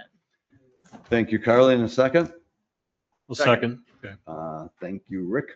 All those in favor, please say aye. Aye. Aye. Opposed? And one abstain. Go on to F now. I will be abstaining for one of these, so I don't know. Okay, we should If still we have wanna- enough to do it though, even if you, because I was going to take them as a group. Right, So we so don't I, have to that's read why all I'm that telling you now. in all separate motions, but I guess we could pull out. Just the La Serena one is the one that I'm abstaining from. Oh, La Serena, right. Well, It would be easier if we could take them as a group. Yeah, I think We we still would, have enough votes. hopefully. Yeah, we'll see how it goes. Do Yeah, then we'll change it. you want to move as a group, Tim?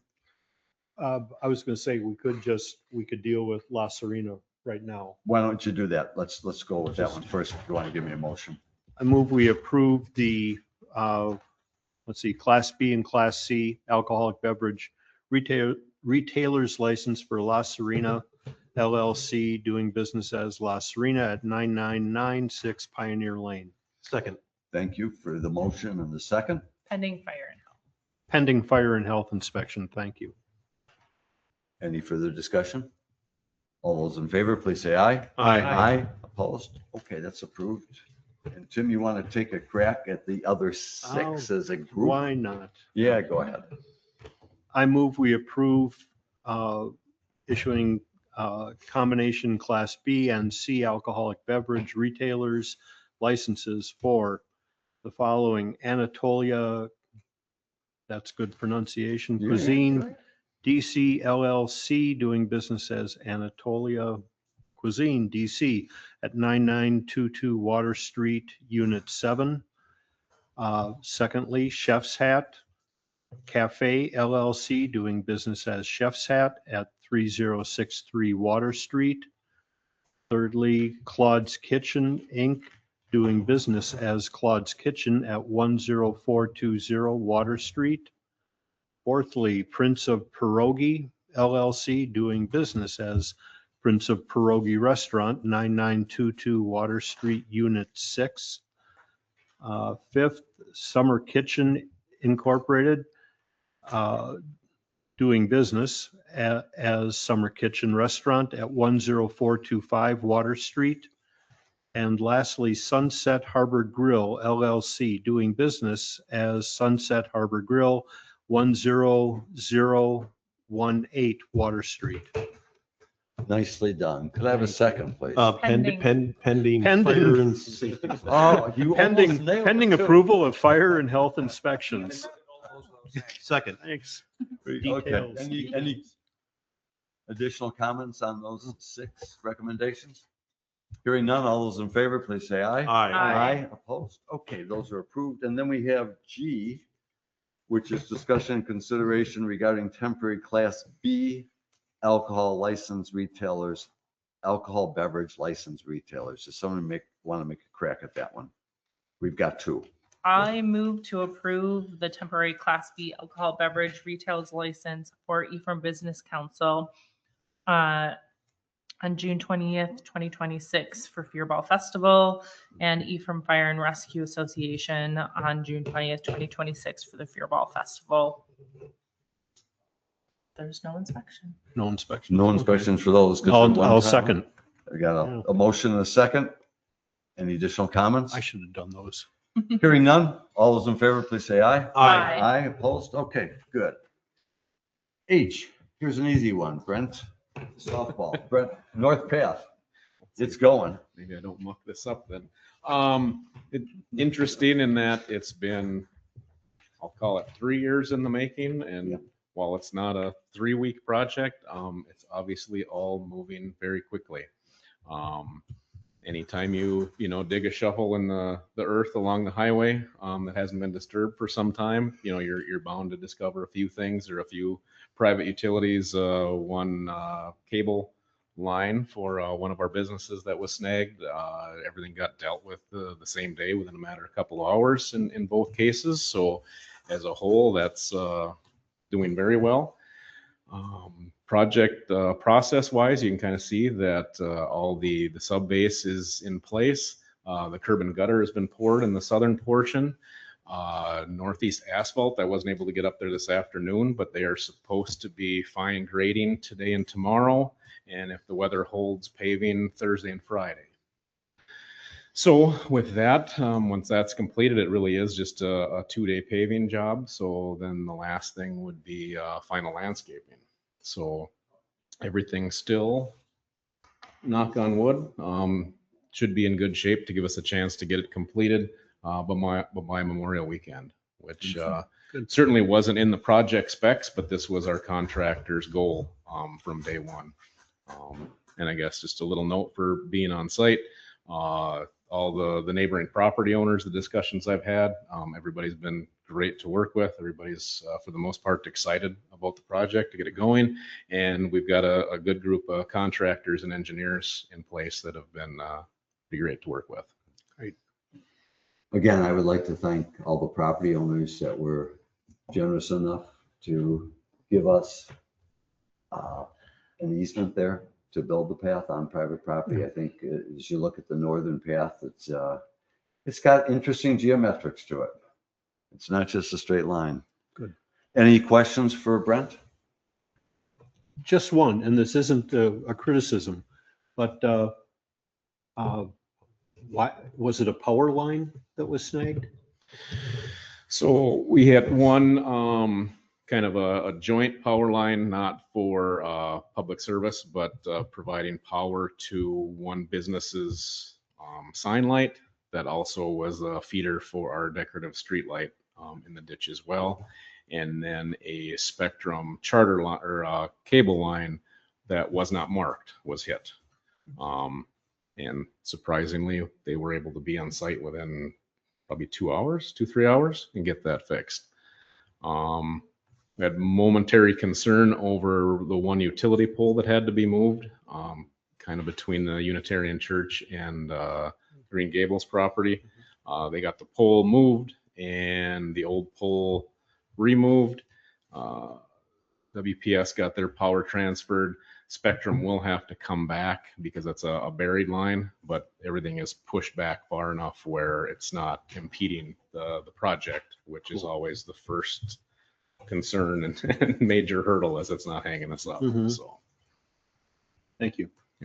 Okay, that takes us to I, discussion and consideration regarding North Path ribbon cutting. I thought we'd bring it up for discussion. Brent and I have quarterly meetings with the Business Council and also the Historic Foundation.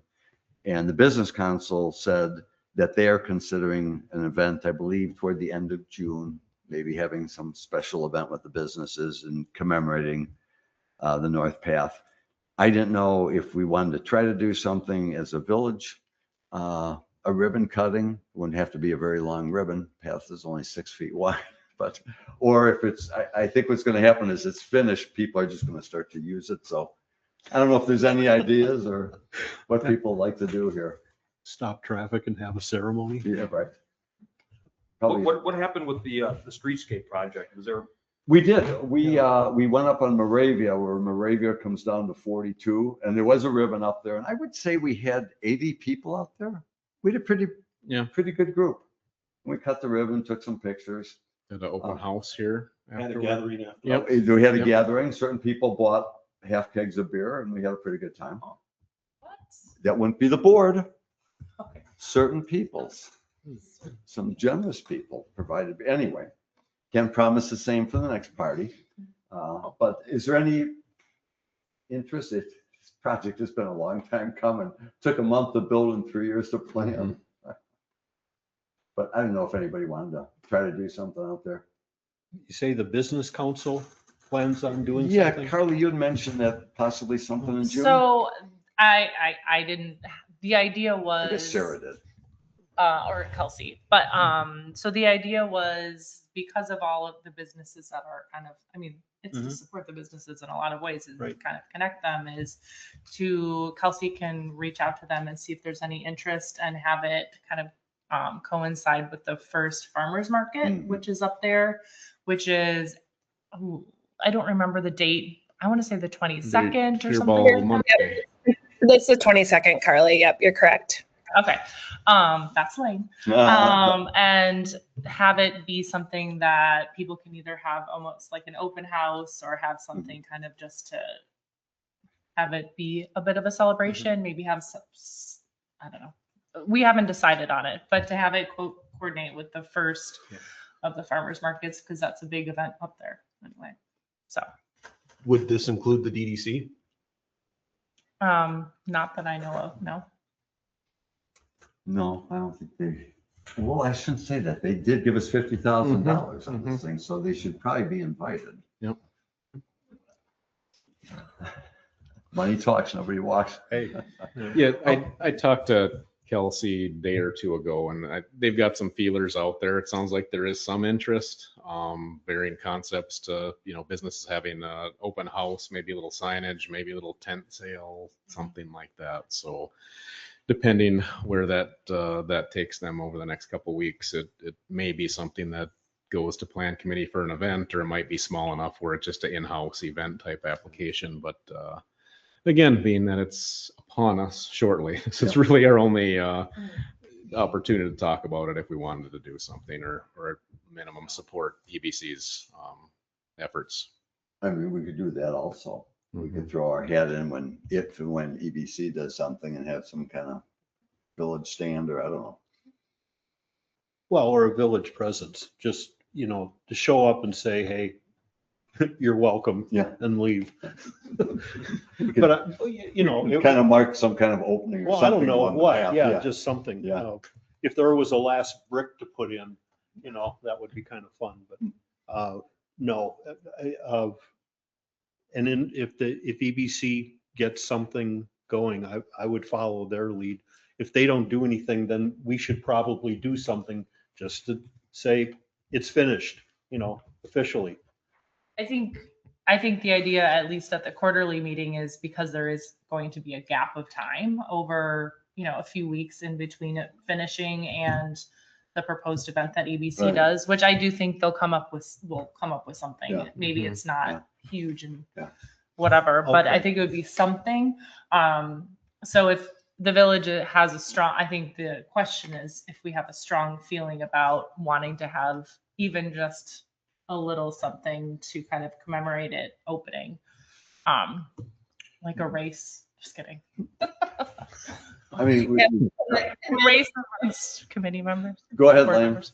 All right, that is our, excuse me, it is our plan to have some sort of event application ready by the end of the month's planning committee meeting, so we can kind of just go over things. We're still pulling ideas together, and Kelsey's getting those feelers of the businesses up there, but we are trying to pull together as much information to get some sort of celebration ready for that June 22nd date. Okay. Okay. Any other comments, ideas, or Strong feelings? are we good with maybe letting me work with Brent? And Carly and kind of coordinate with EBC and get at least a sign up, Yeah. thank you sign for, you know, Sure. to all the Okay. people that help support it. Yeah, that'd be a good idea. Great. Okay, doke. Let's go on then.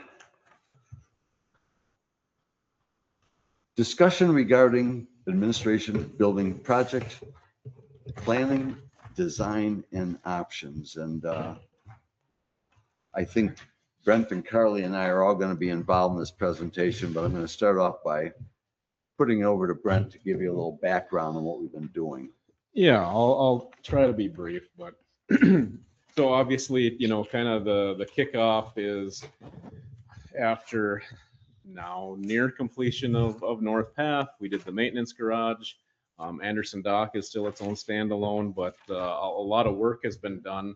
And admin project is one of the few remaining items from the capital ad hoc project committee's work from many years ago. So that was kind of outlined as the next project to look at. So Carly, Ken, and myself, along with a lot of input from Kim and Andrea, have had basically at least one meeting with two representatives from Keller, basically for the last 6 or 7 months. It's basically started, you remember from the initial approvals with site survey. So we had a good footprint of what the existing conditions of the building are, walls, 3-dimensional drawings. So we knew what it was we were working with. And then, you know, the initial kickoff meetings were, you know, inventory of what we had and kind of outlining what the problems were, what the intent of the project was. From there, you know, our basic feedback was looking for options to consider with cost analysis of those options. With that said, we've made public comment in the past when Keller's done design work for us, whether it was early iterations of a maintenance garage, the admin project, fire station rebuilds. In the planning phase, they've been tremendously easy to work with. They definitely are keeping the project moving quickly. Before they leave any given meeting, they're already setting up the next meeting. So really that was the goal leading into us. We've had, if not one or more monthly meetings along the way. And then, you know, we work through that, identify things we like, things we don't like. We throw them, you know, alterations, concepts in between.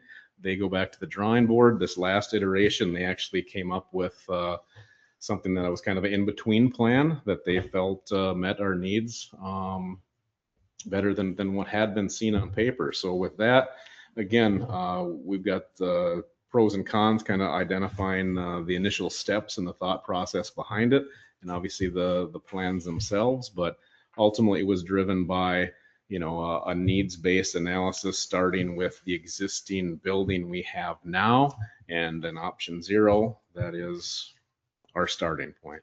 So with that, Carly, is that the next move, Ken? Yeah. Please, Carly, if you want to Thanks, go through Brent. the options. So, you know, kind of as Brent mentioned, I'm going to walk through some of these options, really just thinking about kind of trying to highlight how they either address or don't address the issues that we're trying to solve with this project, which, as Brent mentioned, we've tried to gather input from the staff, and you'll see kind of where that shows up with some of the comments. So as we go through these options, we're seeing option 0 is really as a deferred maintenance, which means we are looking at this building, addressing HVAC issues. The roof is flat. We're trying to fix that with which water gets in.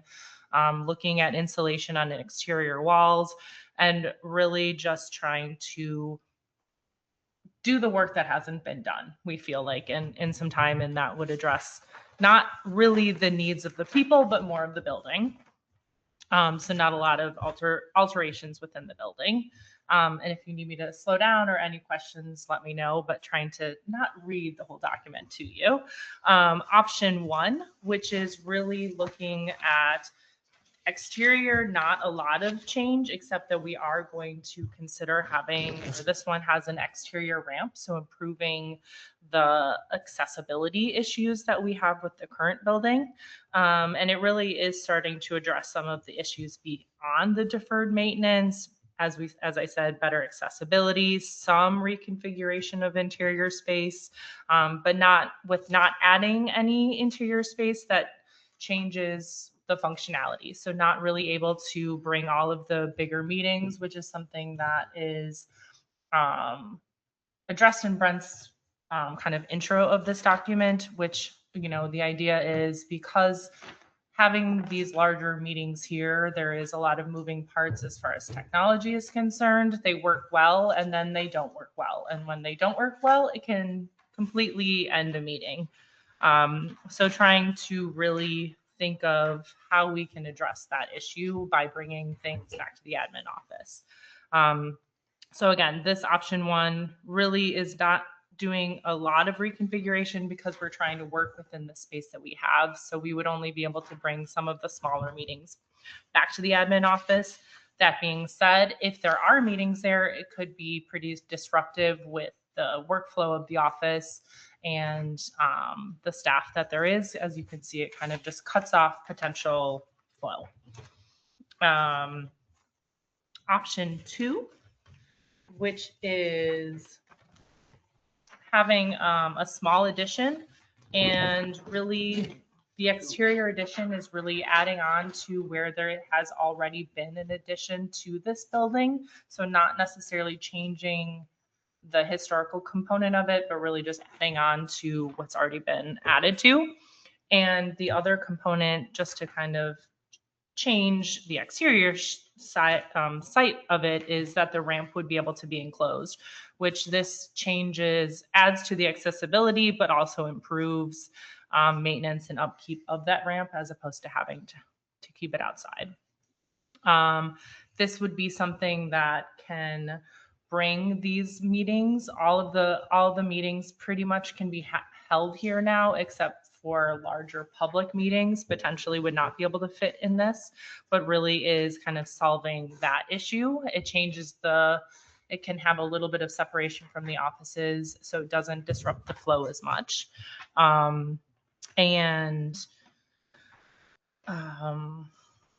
Obviously this is doesn't necessarily address any too much future growth, but really so far we feel pretty staffed up. And if there are any interns, there is the possibility of space for them there in this option. Finally, option 3 is the largest addition that we have on the current building. So it would be visually, it would be a larger, exterior, a larger addition, and very much a more obvious addition to this building. It's really addressing the current needs that we're trying to address, and also thinking of the future. But when we think of what we're also gaining with this option, there's actually a lot more separation that can we're starting to create a problem with this option, just because there is going to be a lot more separation, during elections. There is potentially just, like I said, just the flow would not necessarily be fixed in this. This would be creating more of a flow issue. Again, trying to go quickly, but any questions, let me know. Option 4 would be, we don't have a picture of it because it would be essentially a tear down. This obviously would mean that we can start from scratch, start from the ground up. And it doesn't necessarily have to be a tear down. It could be going back to and if it isn't a tear down, then we would have to kind of find a new site, which is obviously a con.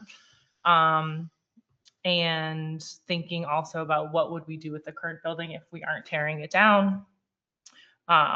So in a lot of ways, you could see it as a good option to solve all of the issues, but then it can kind of create more of its own. So that is the very quick overview of the plans, not to discredit all of the time that we have spent looking at them and tweaking them.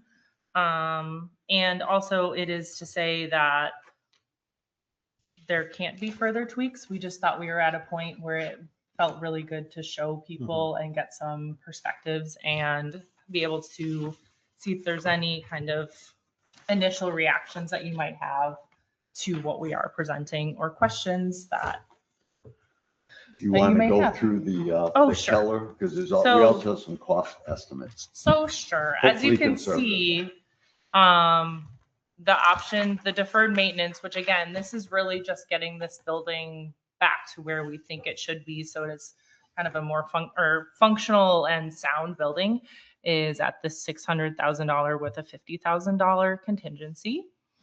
Option one, which is not changing any of the square footage, just working within the current building. It would have that exterior ramp that is 1.3 with $100,000 contingency. Option two is a small addition onto the current building, which is 1.8 with $100,000 contingency. A note for contingency, that is, there's a possibility when we open up the walls, we're going to find something we're not anticipating, that sort of thing. So that's what the contingency is kind of addressing. Option three, a remodel with additional, even a more additional square foot, is 2.3 with $100,000 contingency. So again, this would also be an interior ramp as it is with option two, but kind of changing the flow a little bit. That is actually creating problems that didn't exist before. And then option four is kind of starting from scratch, which is $2 million with $100,000 contingency. And tonight we're here for discussion? Yes, Yeah. no decisions. No, because it's a lot to absorb Mhm. and everybody just got it. So it'll be on the agenda for June, where we'd like to have a decision so that we can keep moving with the architect. So he's kind of on hold, but what we wanted to ask you for tonight is, number one, as you look at these, is there more information we can provide between now and our next meeting through the architect that would help? He did do a really nice computer-generated architect's rendition, a three-dimensional drawing, but we didn't have them for all of them.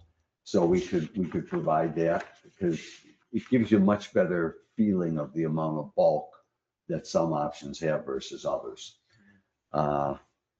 And the other thing I just put out there, if there's anything that the board feels it's not worth taking further at this point, we could talk about that also.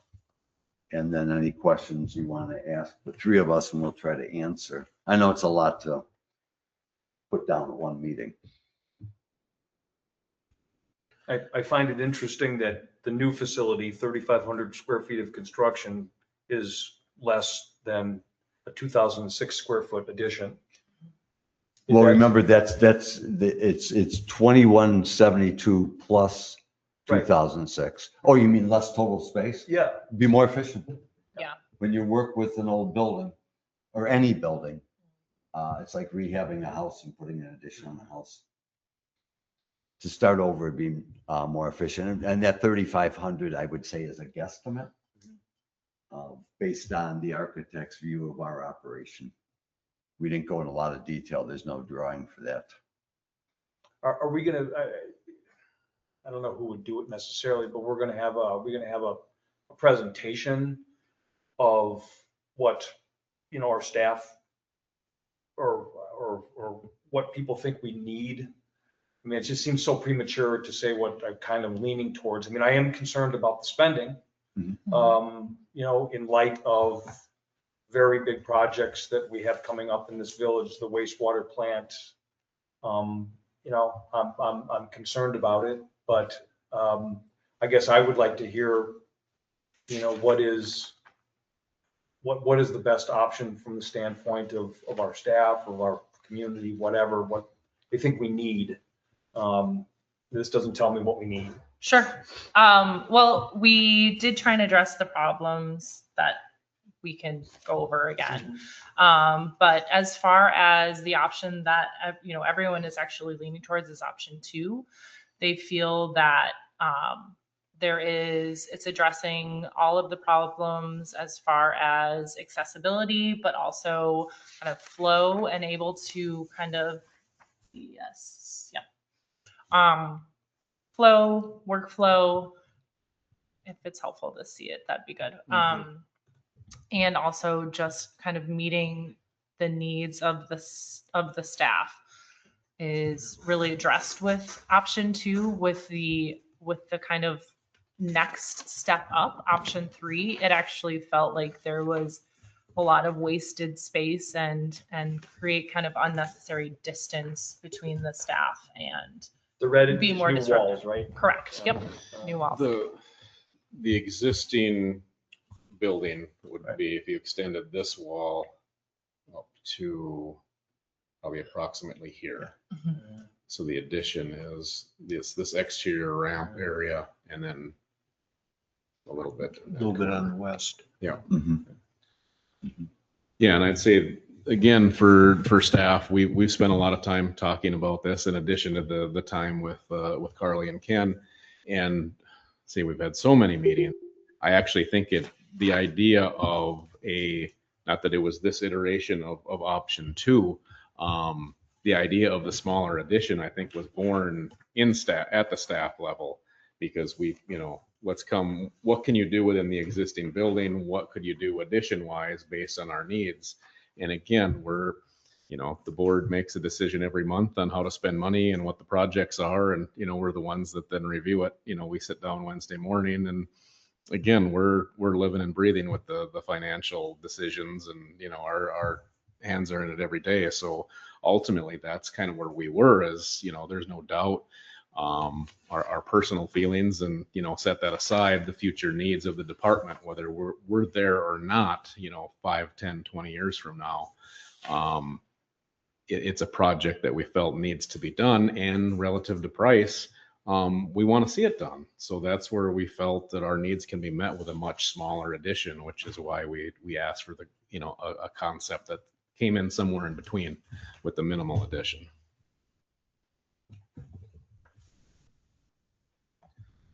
I see in these plans that you talk about the first floor, but I don't see anything on here about the basement.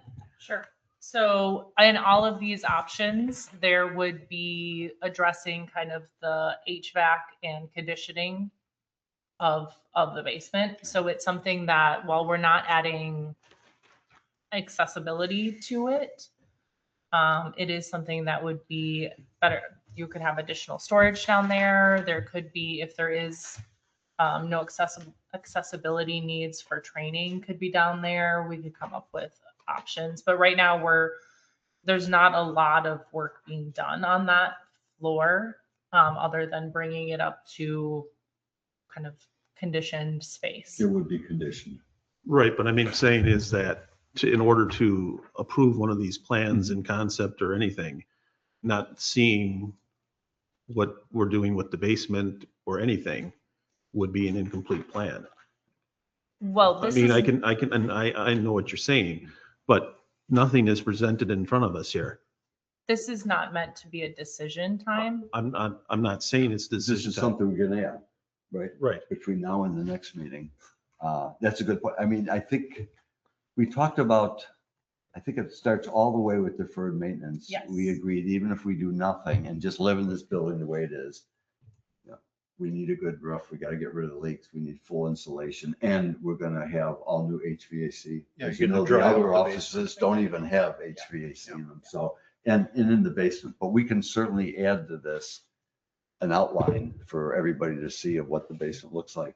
At this point, we weren't going ahead with any type of interior walls. I think we had something on They- there about for storage. They did propose that. Okay. Yeah. Okay.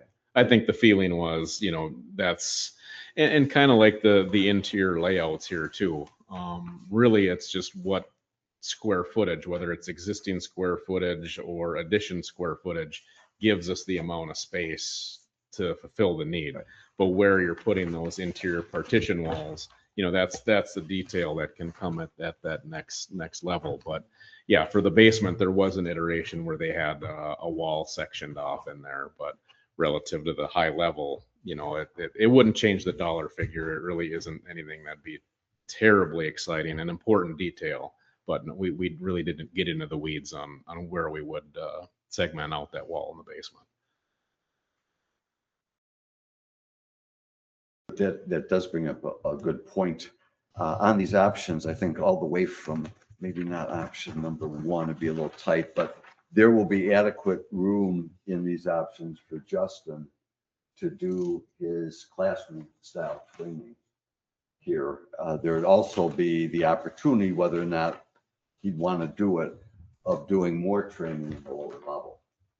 There's no accessibility. The elevator doesn't go down there, but certain things could go on down there that didn't require accessibility.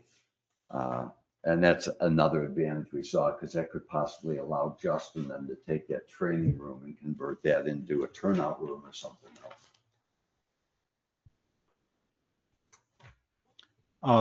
I would, along the lines of what Matt just brought up, I think for each of the options, and I don't know if there would actually, it does, and I'm not expecting more than what you've presented here. Thank you for getting this out. But I would like to know if you've given like thought to how that basement space would be used with option one, with option two, with option three. Would there be any differences? What would each option, when you say make available for basement use, if there was anything, We did talk about, the fact that I think the number of like at least $400,000 would be to make it accessible, just as a baseline. Does that number sound correct to change the Well, as you can imagine, elevator? we'd have to put an elevator down. To make the basement. To basement, To make it- yes. oh, So yeah. that was something that we, not to take it off the table, but kind of took it off the table for that number alone. Because yeah, it was I would like to hear that anyway. Yeah, So rather we than we being did talk protected about from it. that. I'd like to hear it. Yes. That's something we should add to the rental. If you haven't been down there. It changes my whole attitude about the basement when I know that it's $400,000 to make that's the it number that comes to mind, accessible. yeah. And I guess my next question, does it have to be accessible? Not Maybe necessarily, not, depending on what you're doing. Well, Right. and that, that's the flip side Right. then. What can we do with it? Good point. And what about, I know we're pretty happy and content right now with staffing where it is, Mhm. but you have to think about another position. Who knows why or, Right. or the wherefores, but for each of the options, how could they handle an additional office space? What would be, with that storage, as I'm looking here in the upper left corner, that right now, what is that? The entrance to the men's room? That's the men's Yeah. room. Yeah. Mhm. Okay, So it's down. would the intern get that space or half of it, or where would you throw a desk? Where Well, would- Well, In at this- least, it's a half you know, it's that grade, it's whatever, kind of a split Yeah. entry there. So Yeah. it's down a couple of steps, but at least it's an exterior wall. You could have an openable window. Well, yeah, there's a window, you know, which is nice. You know. In this situation, if you can see in the work break area, there is it would be a very open, but it is a workspace that has been worked into this option too. So there is Yeah. some potential there. And then in other options, Oh, there, intern workstation. Yeah. I'm sorry, I didn't, that's okay. yeah. We've looked at this The a lot print's more really than you small on have. this and I didn't see that. Okay, Um, okay. And yeah, that's, I mean, and if you want, there are a lot of features that so like, for example, this desk with chair on one side, two on the other. Yeah. This is meant to be, if there's like a quick transaction that would be helpful for Brent or Andrea to come forward and work with someone who's coming in. That is a space that could potentially be converted if it's not being used the way that we intend, or, you know, there is some flexibility there, for example. Again, we're also trying to, in this option, give Kim some more privacy to be able to do some of the work that is required if there are meetings going on. So giving her a little bit of separation. Well, wait, so she won't be able to hear what we want and hand it to us before we ask for it? Oh, I she'll don't know. hear. I don't know. She doesn't need to hear. She Radar. just anticipates Radar. it. So to get into some of these details, we're happy to do that as well. Yeah. Well, But- yeah, and I'm not trying to. Yeah. And in each one of them, you have a server room. What is this? What is that? The computer server? Yes. Yes. Okay. Yeah. Okay.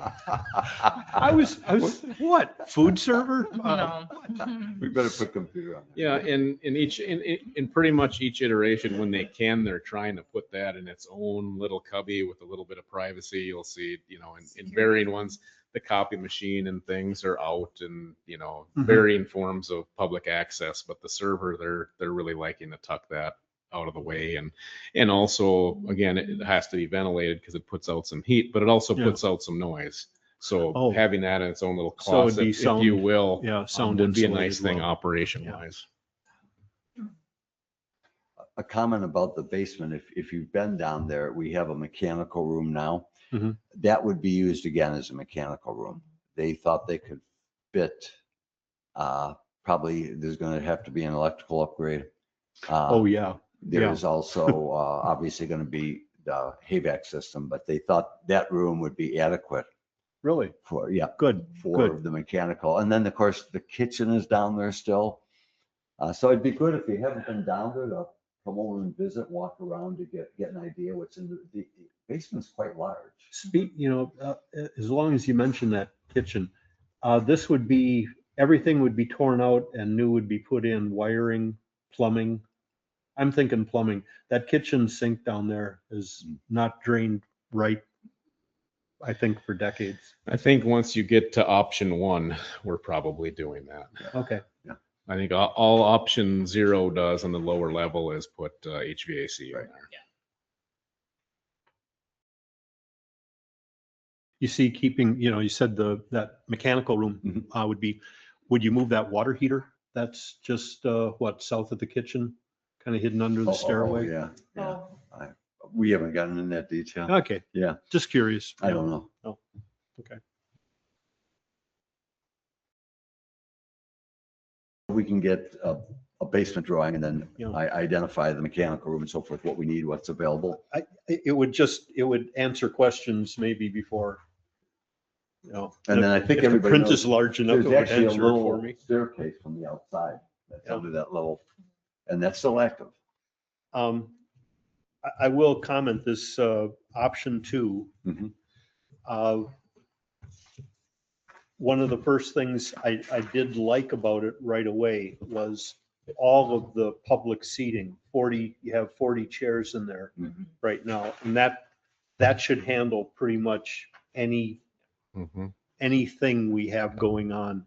And if we need more space, just tell Justin to leave the state for a day or two. We'll have our meeting and then he can come back.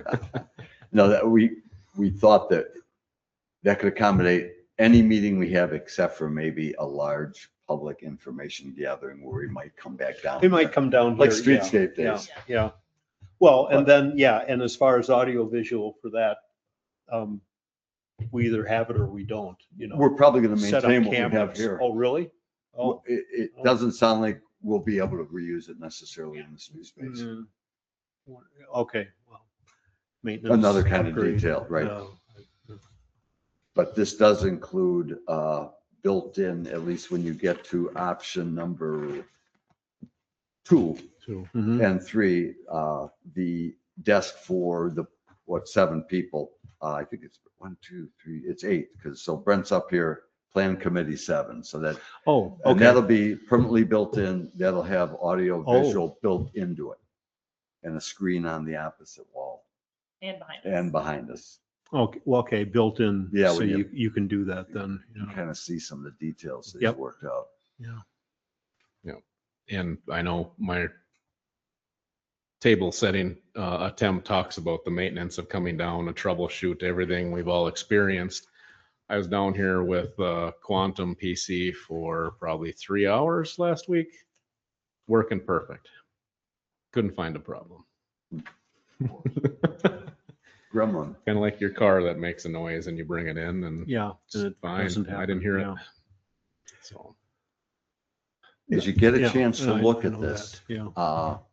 shoot Brent an email, additional things you'd like to see. And I don't see why we Good. couldn't get a package. We're going to get back together, at least talk to the architect Mhm. on this and Mhm. supplement what we gave you already, at least with a basement drawing.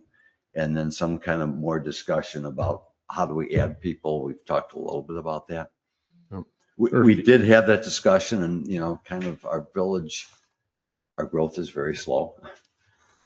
And Yeah. we don't have a lot of space, so we probably aren't going to have tremendous growth Mhm. that we anticipate a staff, Mm. but we're trying to look at a 50-year building. Or Well, if anyone has yeah. any, questions as far as how each option affects the day-to-day, for the three of us, that's the place you can catch all of us at once. So Mhm. could always come up and chat with us as well. Sure.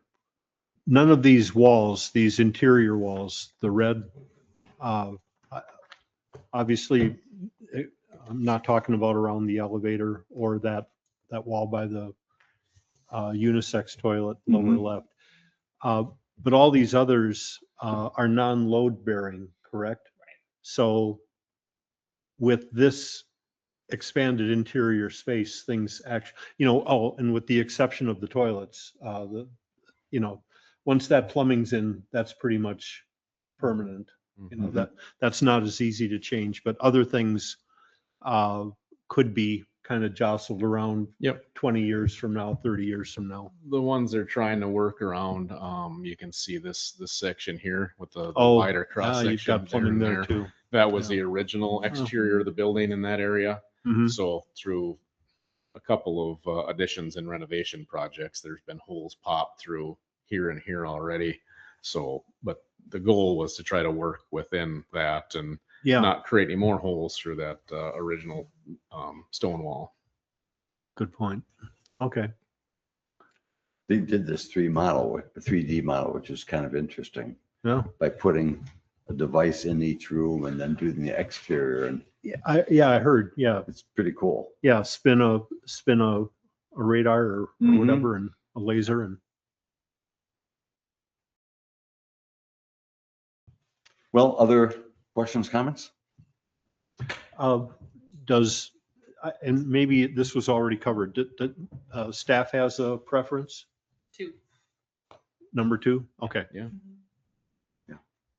And there's been many, many iterations of this, and it doesn't mean that these are the final iterations No, as well. no.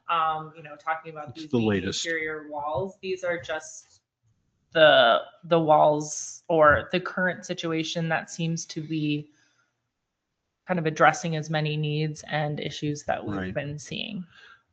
Something that could be included in as this firms up Mhm. is required minimum dimensions.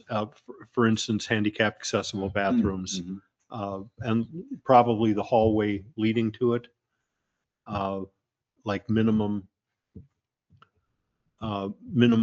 allowable or legal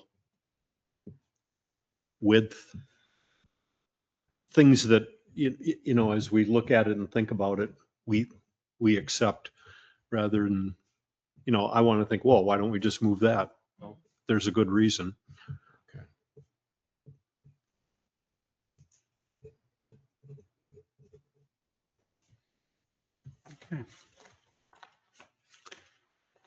Thank you. Alrighty. Cool. I'm glad to see several options. That's, Okay, let's go to 9K, discussion and consideration regarding committee appointments. And I think there's a handout here, which has the latest and greatest. And I believe I've talked to all the different chairs who have confirmed with various people that for the reappointments. The biggest change, I would say, is Board of Appeals. Karen wanted to step down. She had been chairing that for, I think, 12 or 15 years. It'd been quite a while. Yeah. And she has to step down. She wants to keep the wastewater committee, which is great, which she will. good. Talked to Sarah Glenn, who's been on quite a few years also, and she was willing to chair. And that moved people up. We only had one alternate, and that was Duska. So Duska now would move up to a regular member, and we have two new alternates. I've talked to both, and they're both agreeable. One is Dennis Jewell, which is right now on the wastewater committee. Oh, He's good. been there a couple of years if you haven't met him. And another is a newcomer that expressed an interest, Alan Kroll. And Alan came from Liberty Grove, and I think he mentioned 3 different committees he served on lobbying on Liberty Grove. Is he the one that lives over in Bella Vista? Yep.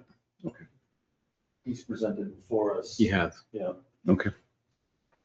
I think everything else is a reappointment. Mhm. So if there's any questions I can try to answer, mainly just confirming everybody is willing to go for another 3.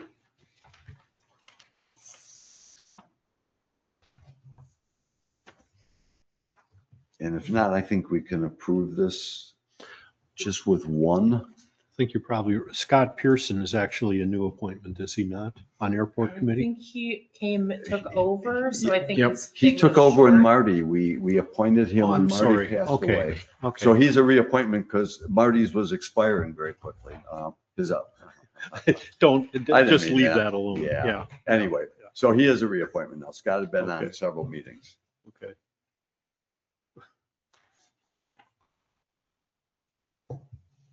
So are we saying Do we we need to could, approve this?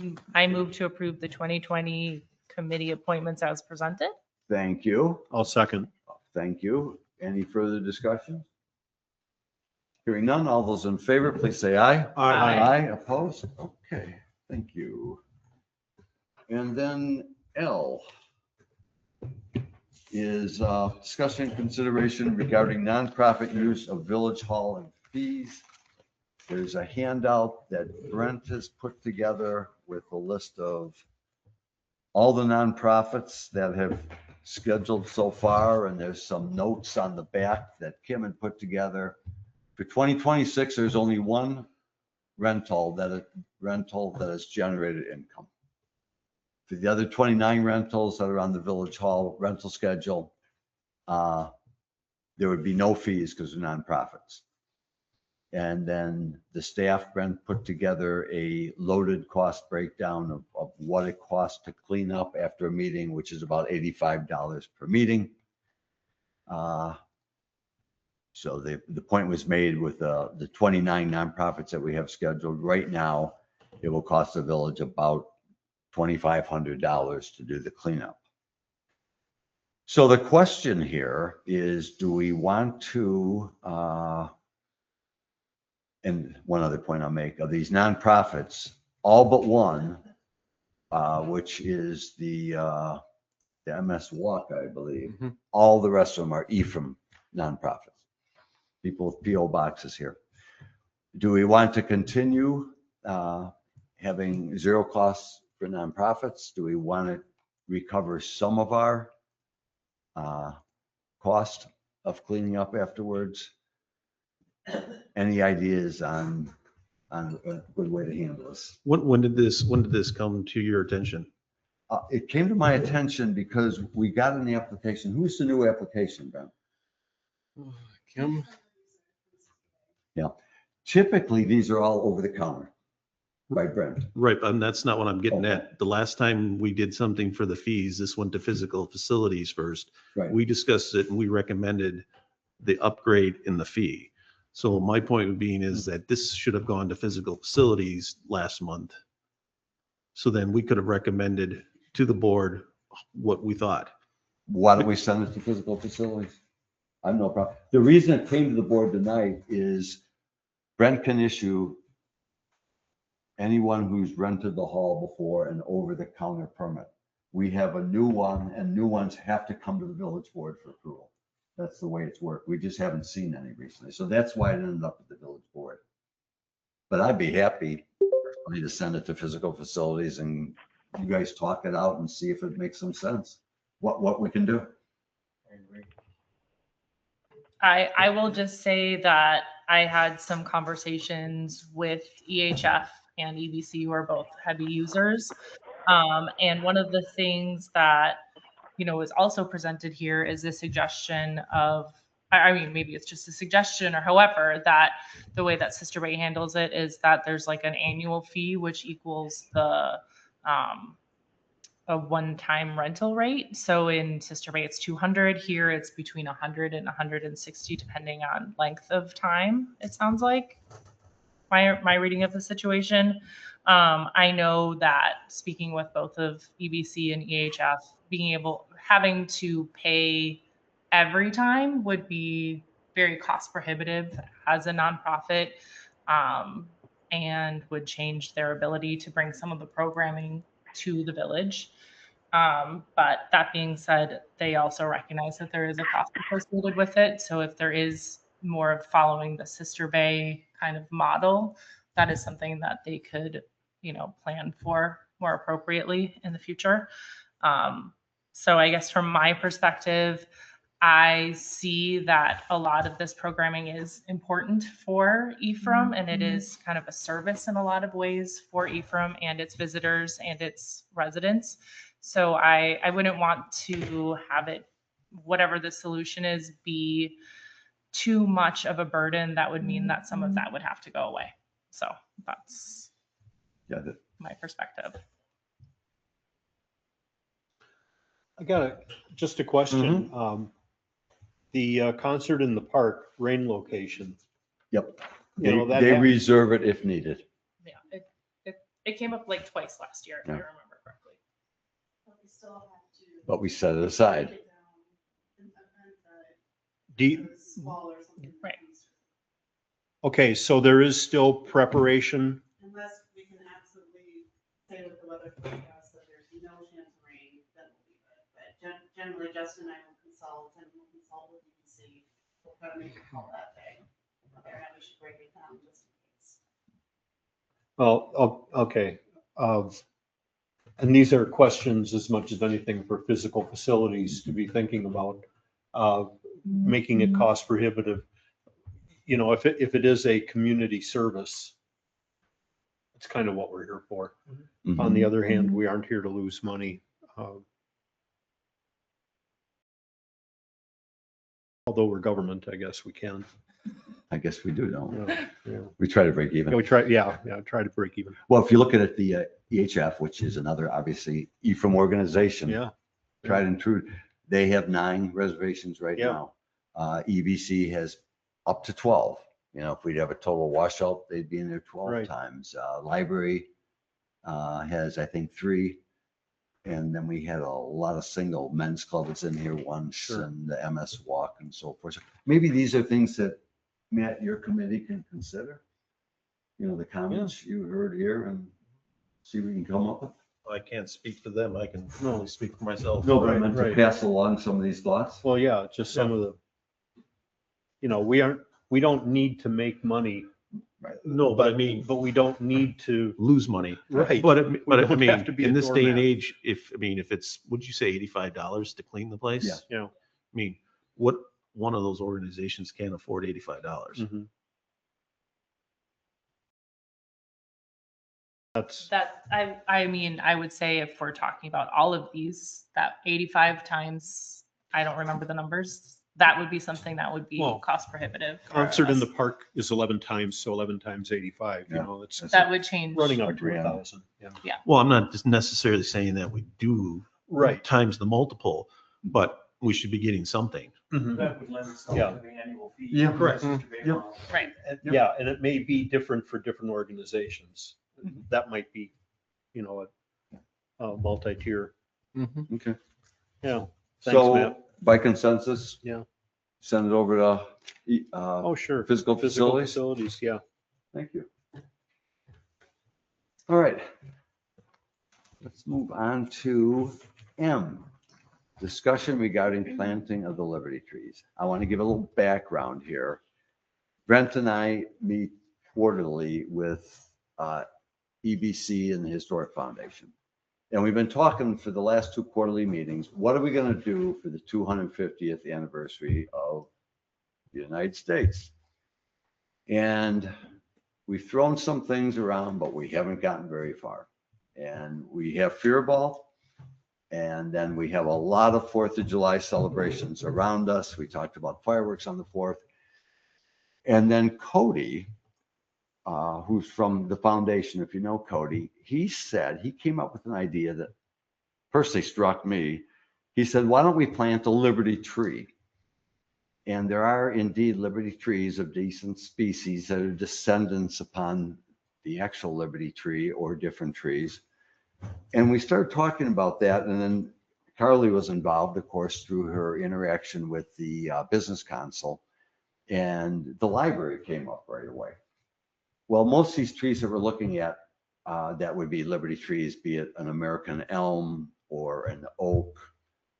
These are big, big trees. And we know the restriction. The reason we took down the tree in front of the library is the branches were damaging the roof. So we don't want to plant, I don't think, a big tree in front of the library. Now we have other places out on the lakefront to plant a tree. So we start talking about that. Cody then, I give him credit, he takes off with stuff. He starts diving in, gives us all different possibilities. We even then talked about a plaque to commemorate. This would be the 250th, commemorating the 250th anniversary of the United States. And we thought, as we talked about it more, the scale of planting a tree might be about right for us. You know, as opposed to spending $20,000 on fireworks or something. And especially if it was a tree that was different from the other ones we had on the lakefront, just thinking out loud. Now, this is going to have to happen fairly quickly because that's only less than 2 months away, the 4th of July. And I was thinking about just throw this thing out there. We do have the ability to use a task force where we agree on who's going to be on that task force with the idea of getting something done. So on the 4th of July, we either commemorate the tree. I don't know if we physically put it in the ground that day, but we certainly commemorate it as something we could do on this 4th. So I'll end it there. Cody's done a bunch of research on trees and so forth and where we might get them. Cody says there's only a 3-week lead time for a plaque. So if we wanted to do a plaque and it commemorates, you know, we would have some work to do as far as what does the plaque say. But it was just frustrating to me. I remember the 200th anniversary very well. And it was, at least where I lived, it was a big, big deal. It was a big deal. And we just can't let it slide by like, oh, 250 just went by. So I'm open for ideas. I appreciated what Cody had done on this. And I thought, okay, that's something we could actually get done. We don't have a lot of time. So I wanted to bounce it off everybody and see if it's got legs or not.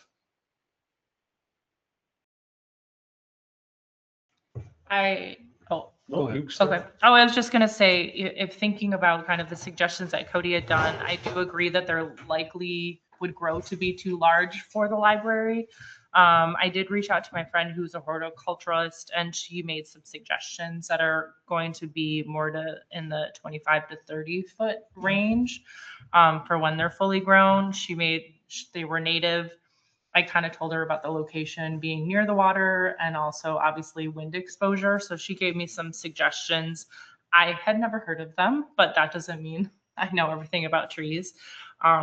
Musclewood and hop hornbeam. And she also said, depending on where we're sourcing them, they would probably have suggestions as well. I didn't go down too far down a path, but wanted to throw those options out there as native. Sounded like they would fit well with the size for the library. And I know that the library had suggested at one point a maple, but again, that might be getting us into too large of a tree and big tree. eventually having the same issue that we're trying to prevent, or the reason. But I do feel like the location makes sense. It's on the property of, near the village hall. It's very central. And also we lost a tree. So it's something that has been kind of in the works for being replaced. So I do really like the idea as well. It felt very fitting for Ephraim. So that's. Tim? Well, I really hadn't thought about, trying to do something by the library again, because a big tree is a problem. But yeah, a smaller tree. But then why not Liberty trees? We could do a couple. She did. My friend said that as an option as well. Okay, she's really smart. She is very smart. Yeah, yeah. I mean, that would be an idea. Yeah. But I take it where I can get it. Okay. You don't have to comment. I thought I heard that crack all the way over here. Okay. You still floor. Thank you. Yeah. Another place, and I was thinking Liberty trees. When I saw this on the agenda, I thought, why tree? Why singular? But another place we might consider is down at that that little South Park past Plaza Marina. Firehouse Marina. Yeah, across from the off ramp. We lost some trees. Come on, we're having a nice conversation. It's still going to be fun. But one or two larger trees there would be nice. And native is, I think, very important. And native to Door County. Yes. Not Wisconsin or the Midwest or, but something that maybe it hasn't grown here, for, as long as anybody could remember, but it could grow here. And yeah, getting somebody who knows trees and knows what it takes, what a given tree needs. I think that's a good idea. The plaque is a really cool idea. I wouldn't mind if that could be in one place and just list if we actually did more than one location. Just say they were planted here, here, and here, to commemorate the 250th. 250th. That's something. It's a big deal. Yeah. It's a big deal. Man. Oh, go. I was just going to go down the No, line there. I know how you think of me. Go ahead. Go ahead, Patrick. No, okay. No, I like Tim's idea. I think a big tree in that location, or more than one, whatever, but something prominent with a plaque there. I like that idea. Yeah. I think it's a good idea. I do think that like instead of planting a root ball, which I discussed, but to get instant gratification, we could spade the tree in. So I've done it before at the park. You spade a hole, you put the tree in, the tree can be 25 feet already, and because it's spaded, you don't have the down. Is that when they grab the tree like this and pull out of the ground? He comes, he spades the hole, comes back, spades the tree, and it fits right in the hole. Oh, gotcha. So instead of having a little seedling, you'd have something with a 4 or 6 inch round trunk and already mature. Well, the deer don't eat it the first Correct. year too. Right. Yeah. That's a good point. I would think that would be a more expensive option. Yes. And the other thing I've heard about that, like putting in a larger tree, is they haven't had the chance to kind of get acclimated to the area. So it would have to be something that is hopefully not being moved far, because otherwise it could potentially not adapt as well Yeah. to the move. They came from north of Green Bay, and they're all alive in the park. They're 10 years old now. Well, it'd be something to get assurance on. Yeah. Yeah. I've read where, you know, the little sapling, and I can't see planting a whip and having a ceremony out there and everybody goes, where's the tree? Yeah, right. And by the way, Justin, you missed this big weed over here. Yeah. So I think I've read, you know, when you plant the little one, they grow faster. But I would like to have something that makes a statement on the day it's out there. But, you know, those are things we can consider. We had talked about, if you've ever seen an American elm, which is kind of a liberty tree, if you will. The original tree was an elm. It's something that we don't have around here, and apparently they have them now that are resistant to the old Dutch elm disease, which wiped them all out in Chicago years ago. Yeah, it's just one possibility. But what do people think about having a task force? You know, we can decide right here who's on it. Because I think, you know, by the time we come back to the board, we're going to be at the, you know, into June. We only have one more meeting before the 4th of July. I mean, it is a physical facility issue. I agree. But I mean, to send it to physical facilities now and then get it going. What if you're on the task force, you represent physical facilities? You know, I would like to see Cody on the task force because he came up with the idea. He does a lot of homework. Mhm. So he's very good for that. Carly, with your involvement with Green Tier, I think that would make sense. You know, and that would be it from the board. We can't have another board member on. I would, naturally, Brent's got to be there. Yeah, and if you have a task force, the beauty of it is, you know, we'll have to decide, somebody has to volunteer to be a chair, but you can add and subtract people as you need them. You can meet as you need. There's no agenda. There's no minutes, and you can get things done. And if you got to come back to the board at our June meeting and say, you know, I need a grant for the tree and I need $500 to the plaque, I'm making this up, then the board can say, okay, or no. But let's not be too chintzy here. If it's the 250th anniversary, I mean, we don't have to spend a fortune, but I don't think we have to look for the $29 tree. It's not a bargain basement time. No, this should be a statement. Would you two be willing to serve on the task force? Yep. Sure. Okay. Thank you. And then, like I said, I think you ought to add Cody. In fact, Cody's been anxious and he emails me, and if we decide to do this, I'd like to let him know who would be on the task force. So if we're all in agreement to put Cody on, and then I think Brent's got to be there, and So that's 4. is that enough? I think that's enough. Yeah, you know, it's just, and that, you know, You're going to get it done, yeah. because we don't have much time. Right. And then maybe if you could give us a status report at our June meeting and let us know what you need, and we can figure out how we'll pay for it. Room tax. Yeah.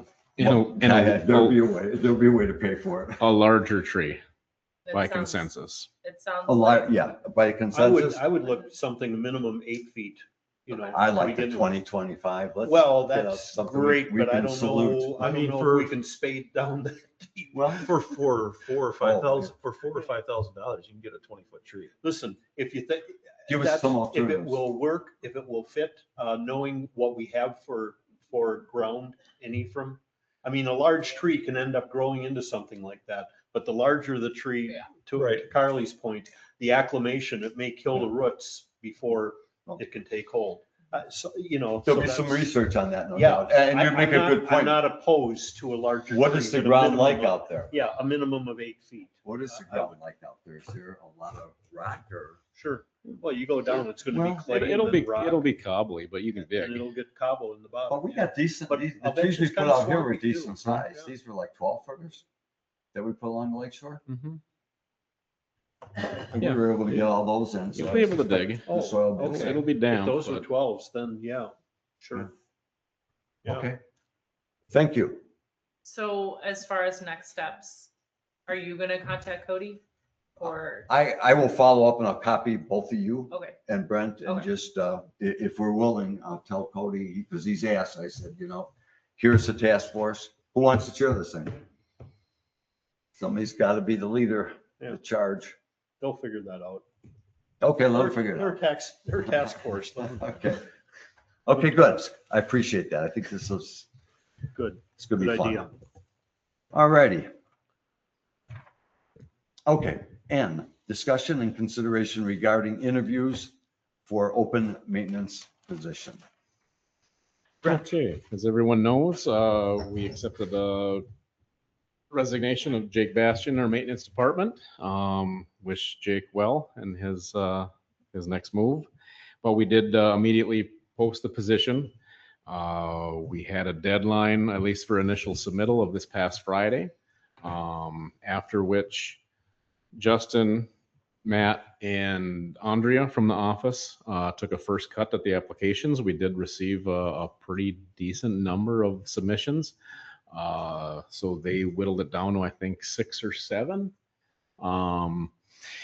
As I sent everyone a brief memo and leading up to this, being this is the busy season or certainly fast approaching, Justin's desire, if they find a candidate that fits, would be to get someone in place as soon as possible, ideally early June. So with that, on the assumption that someone is going to need to give a 2 weeks notice, it already began work reaching out to the candidates looking to interview and has interviews set up for tomorrow and Friday. So I know this is incredibly short notice, which is why I sent the information out beforehand so people could come armed with a calendar. But with that, I guess just if there's any interest in any additional trustee joining the interview team, it has availability tomorrow beginning at 9:30 on the half hour for, I forget if it's 4 or 5, and then one interview mid-morning on Friday. 8 o'clock, I think. Okay. 8 o'clock on Friday. I think. Okay. I'm sorry, I got a little distracted writing a note for myself. So the interview team is Matt, you. No. No, I'm Matt, sorry, Justin, Matt, and Andrea. Justin, Andrea, Yeah. those 3, okay. Is there a desire for anybody else to be on the interview team without overwhelming the candidates?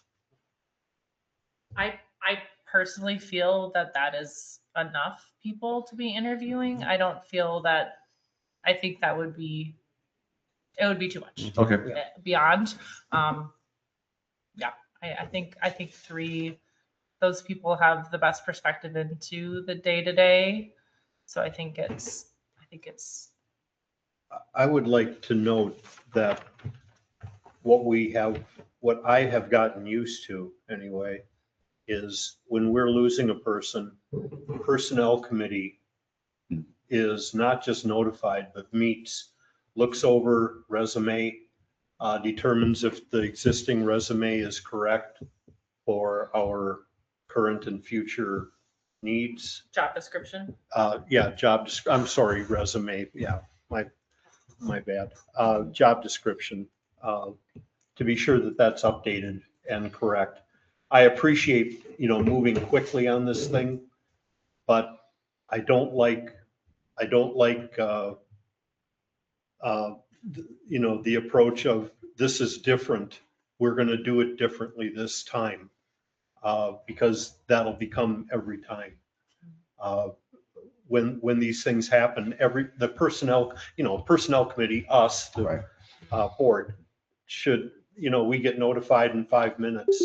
We figure out a time to meet and try to get past the administrative. If the job description doesn't have to be changed, it's kind of a quick BS meeting and you move on, you know, and you make it all happen. But, you know, we'll get it done. I appreciate, I think everything is being done correctly. I'm assuming nothing on the job description needs to change. Okay? Correct. But yeah, it's nice to be involved, you know, where, you know, the procedure is there to catch problems that maybe one or two people don't see, but between five people, they may see. All right? Good point. Good point. Are we using the job description that we prepared for Matt and maintenance? I believe so, yes. Okay. So it's relatively recent, last couple of years, right? Yeah. 2 years from now?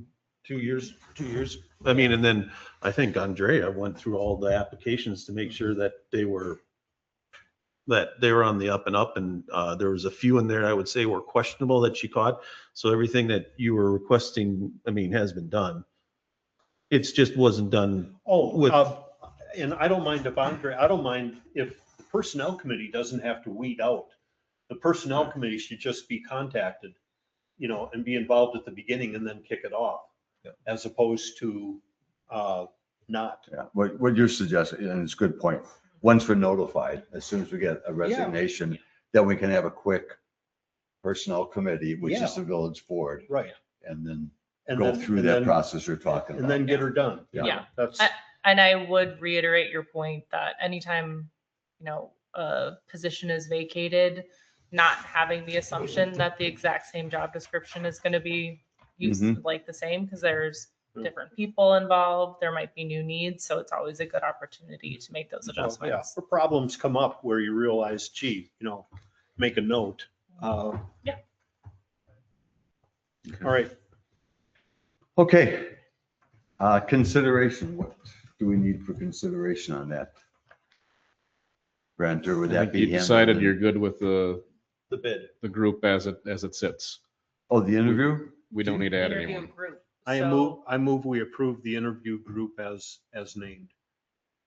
I'll second. Second. Okay. Any further discussion? Hearing none, all those in favor, please say aye. Aye. Opposed? Okay, that's approved. Let's go on to number 10, physical facilities. A, discussion and consideration regarding HVAC replacement at Village Hall. Matt. I think it was like some last winter at some time. It was brought up after the Ephraim men's breakfast that it was a little warm in here. And after finding out, looking at them, 2 out of the 3 air conditioners were not working. And the bid here, you can see we had 2 people that we put the bid out for. This Andy Mashad, or Mashad Heating and Cooling, he came in with the lowest bid. So we're looking for approval to not exceed 53,000 to replace the all 3 air conditioners there. Questions of Matt or discussion? Do we want to? Who put in? Go ahead, Rick.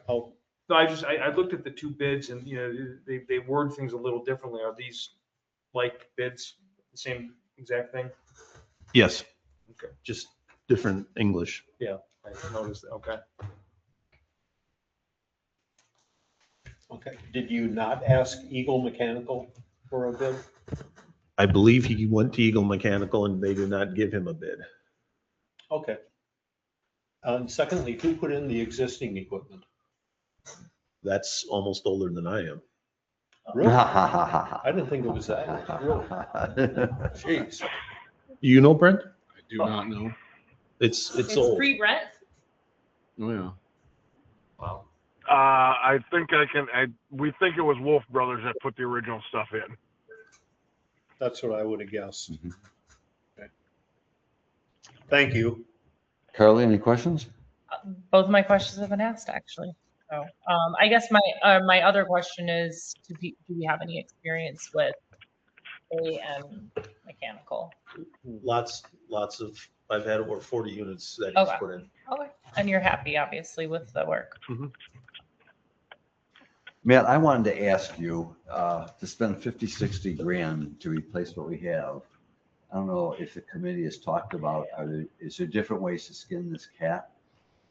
Like all of a sudden we have 2 dead AC units. I don't know how long they've been dead and 1 operable. It seems like a lot of money, to cool this building. Have we considered any alternatives? Yeah, we did have a little discussion about putting mini splits or ductless, whatever you want to call them, heat pumps. However, that would not work with our current HVAC, is what Justin said. Okay. Are you still on there, Justin? Hang on. I think there's somebody else. Yes, I am here. Sorry. So, excuse me. Everything is tied together with our boilers upstairs. So all the heat exchangers and air exchangers are upstairs above you guys. So all of it works together with the heating and air conditioning. And, you know, if we look at the split units, if the temperature gets below 20 degrees, they don't work for a heating aspect of it. And to keep the integrity of the building, to make it, you know, leave it as most historic, I think replacing the air conditioners as is right now would be the best. Otherwise, you'll see those units hanging off the walls there. You know, just trying to keep the building as aesthetic as it is at this point. With knowing Justin's online, any additional questions for Justin or Matt? I had a question for you, Ken. Me? Did you have a different idea on how I to skin the don't, cat? I don't know anything about hayback, to be honest. Okay, No, okay. no, I Okay. just, I know Matt's talked these split units before. Yeah. And I know he's applied them himself. I just wondered if that's an alternative, rather than just replacing what we have. We have, what do we have in, I call our accrued account, but our capital account, we have money set aside for village hall maintenance, correct? Yep, Village Hall equipment, we have 100,000 sitting in there right now. So this could come out of that 100,000? Yep. Okay. Do you see any other needs coming up for the Village Hall that might be coming out of that? Justin, boilers are they've all been replaced of the last 10 years, probably, haven't they? Yeah, so 2 of the 3 boilers were replaced approximately 7 years ago. The one for the library would be the next one that would be replaced, but it's serviced every year and still running at top notch. The thing with the library does have a split unit in it, so they do have that alternate heating source when it's, you know, above that 20-degree mark. So they have that, but I don't see anything else pressing at this point that, you know, is outstanding, that looks to be outstanding anytime soon, barring any disaster. I'll take a motion.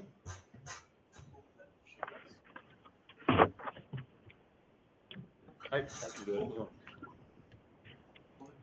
move that the board approve the bid from A&M Mechanical and Refrigeration to replace the Village Hall HVAC system in an amount not to exceed $53,000 payable out of the Village Hall Equipment Fund.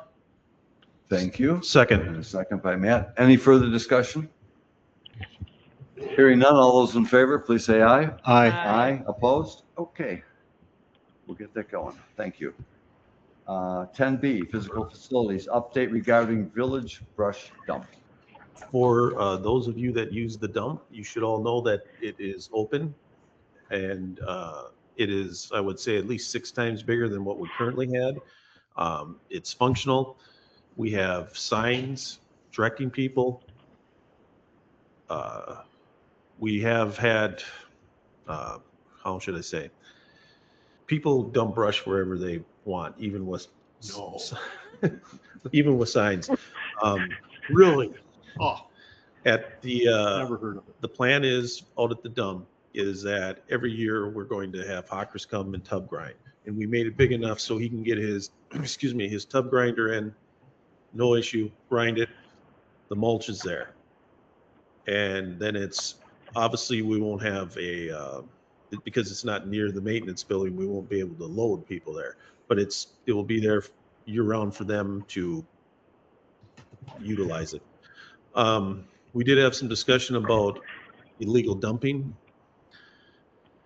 However, there's lots of people that use the dump on the weekends after hours. It's a popular time. Our suggestion or thought was to put a solar camera that has a cellular plan in the rock facing where people dump. And we already have another ones in a different place. But if they saw the camera there, I think that would be the cheapest and easiest way to enforce getting rid of some illegal dumping. If this camera, they would see it was there. When you say illegal dumping, what do you mean by that? I mean, people that aren't Ephraim residents or contractors who aren't doing business in Ephraim.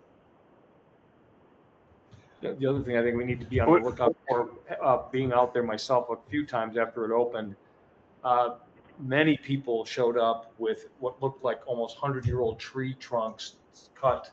And with the email, I thought they said 3 inches, 3 inches, 3 or 4 inches. Yeah. It's amazing what people were dumping out there. I don't know what you do about that, but signage or something, but people didn't get the memo. What I like the idea of the camera, making sure it's a high resolution camera so you can read like license numbers and and you can tell a car's color, things like that. What do we have if we're going to do all that and we're going to enforce it? We have to have an ordinance to stand behind. Do we have a good strong ordinance with complete with fines or penalties to actually get people to not, otherwise they're just going, yeah, we'll get our picture taken, but Ephraim doesn't do anything. Don't worry about it. I see where you're going with that. In the past though, we have had people that were dumping things where it used to be. And with the low resolution camera, I would call it, that's, where it is. We were able to identify these people and we gave them the choice to come and either pick it up or we were going to call the sheriff. But do we get, what is our ordinance? What's the hammer that we got? Or do we need to work on the ordinance? It's worth looking at. Or can we just rely on the trespassing ordinance, criminal trespass or civil trespass? But then we'd have to define that as trespassing, right? Well, that's. So if you're not an Ephraim resident or serving an Ephraim resident, you have no business being there. Right. But what about the people that, I know it's a different area, but there's boat trailer parking that's probably is that just for Ephraim residents too? Yes. Okay, good. Just kind of clarifying, Yeah. so In fact, it's what's called trespassing then?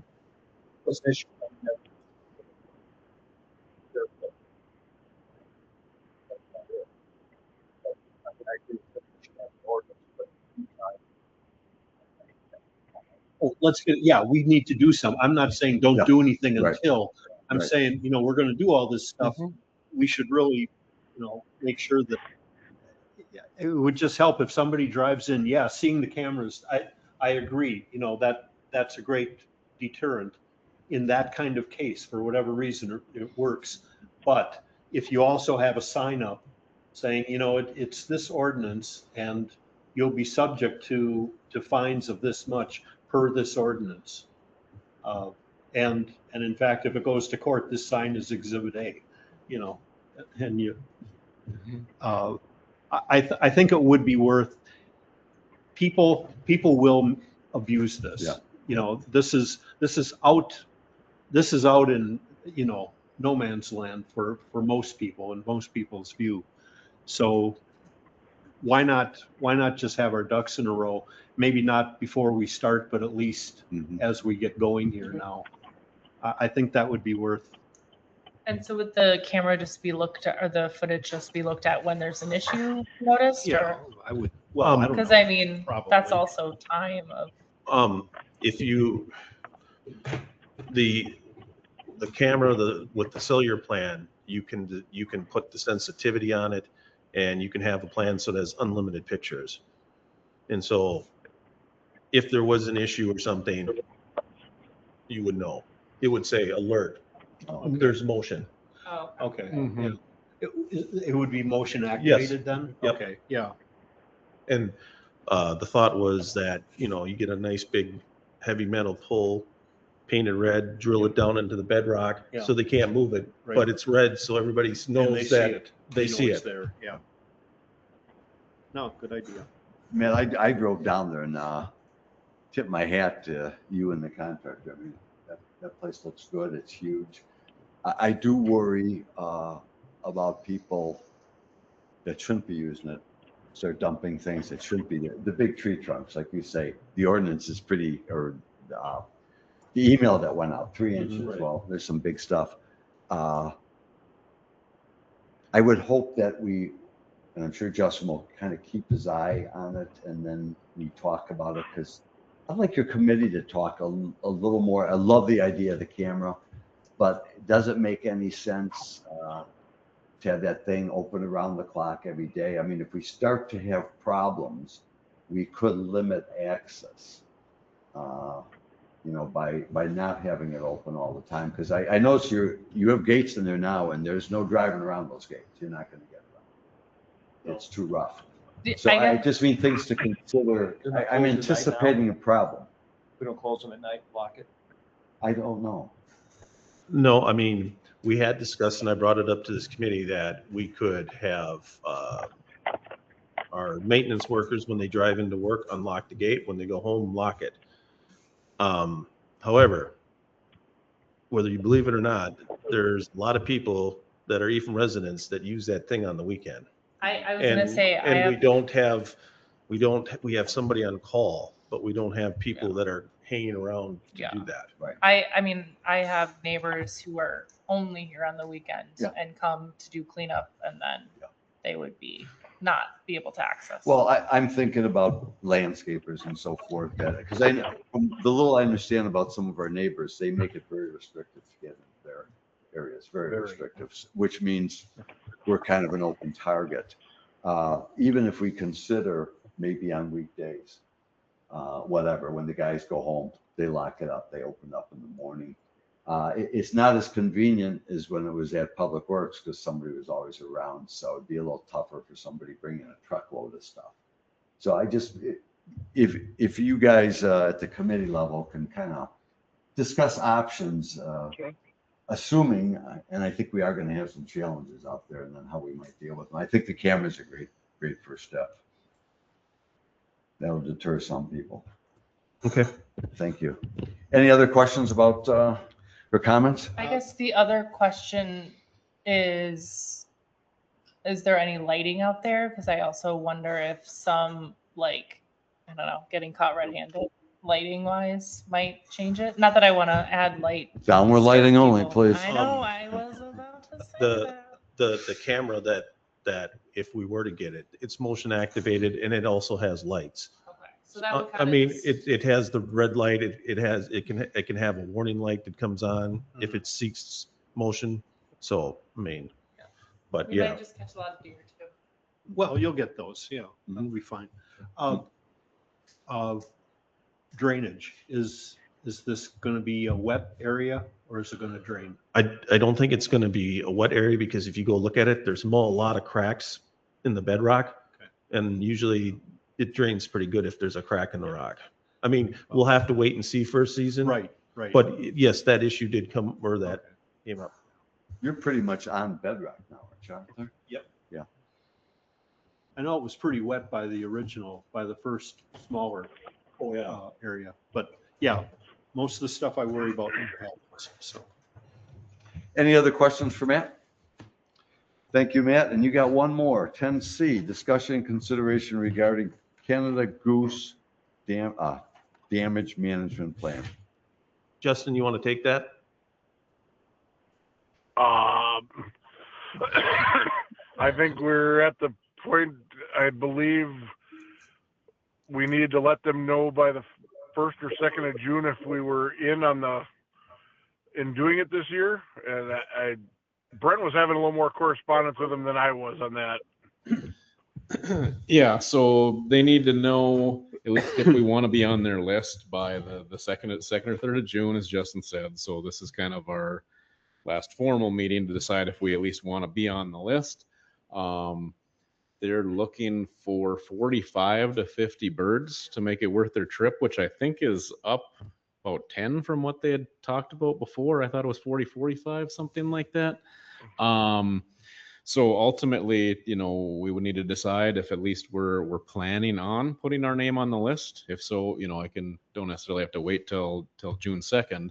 And then really it comes down to, do we want the expense and do we have the bird? So that's something that, Justin and team and whoever else, try to get an eyeball on them and then try to figure it out. And then again, the reason for talking about this now is, what's helpful to them in that operation is getting those documents signed by the neighborhood. So this is kind of the last formal, do we want to proceed with that activity as well? Because that's going to help the success of it if we move forward.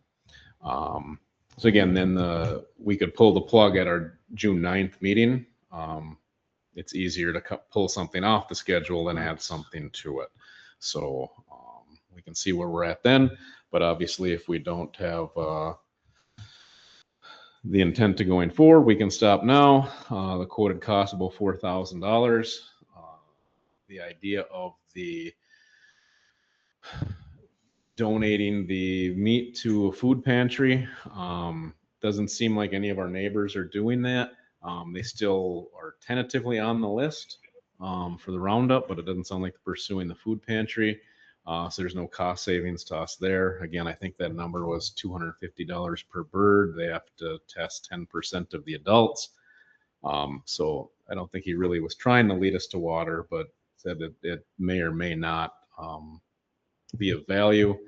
And this did come up at our green tier meeting, I believe. And Cindy Nelson, I thought, had a good idea relative to the idea, which was nice, to give something to the food pantry. That the village, if that was a goal, could always just donate a sum of money to the food pantry, as opposed to giving Gooseburger. So Right.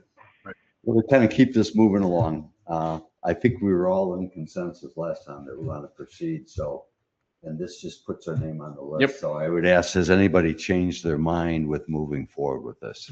No, I would just say that if we haven't started contacting the waterfront people, that we do it. I think he was intending to send kind of like a template in preparation. Did he do that? Yep. Okay. I mean, I just feel like it makes sense, and we can say we still need to wait to see if we're going to have the numbers that make sense, and them participating makes it more likely. Okay. So we'll move along with that. Good. We'll get our name on the list. Yep. Okay. Sounds, sure. Well, I'm not exactly sure what the motion is, or can we do this by consensus? Because this is just directing you to put us on the list.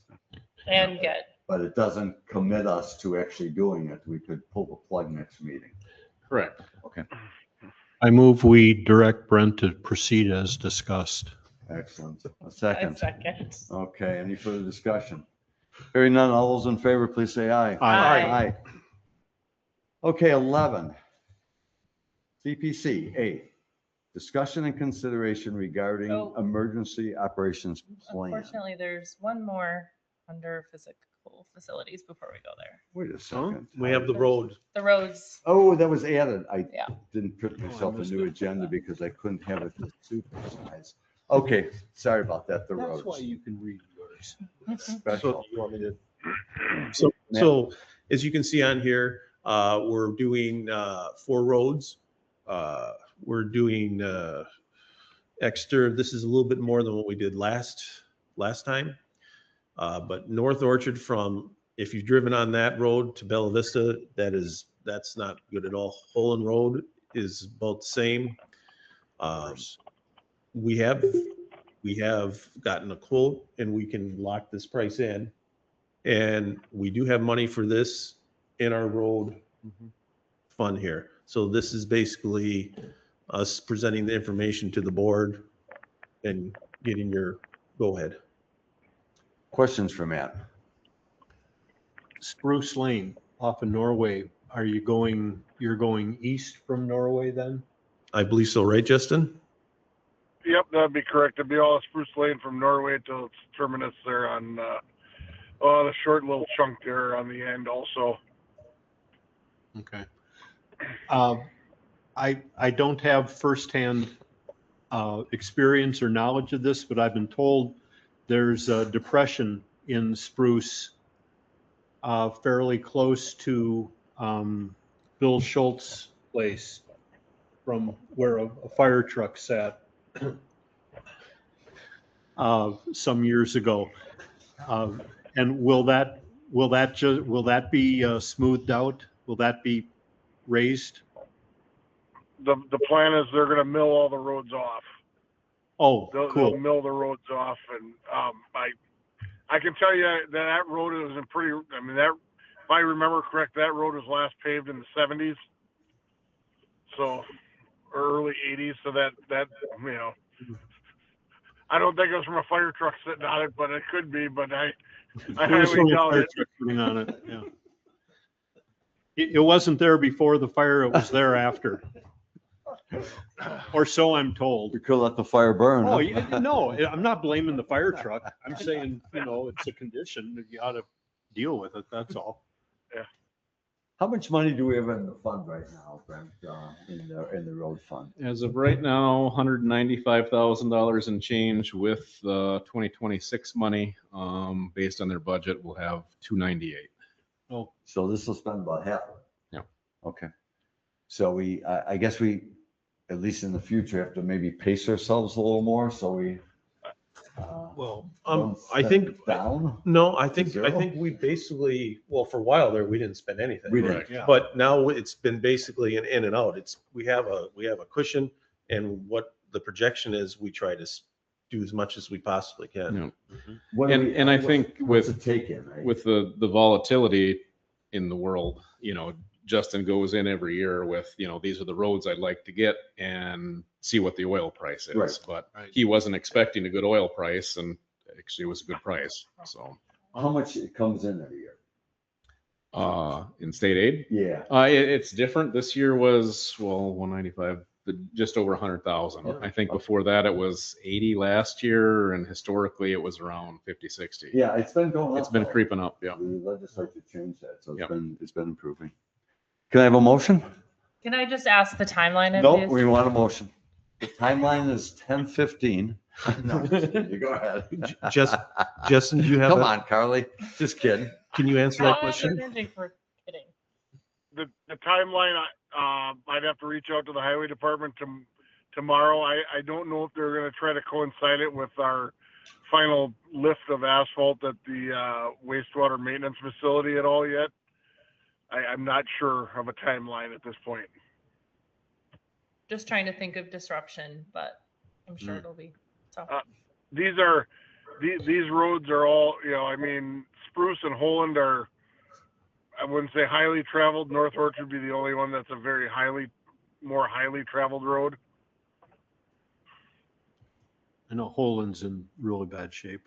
Yeah, Yeah.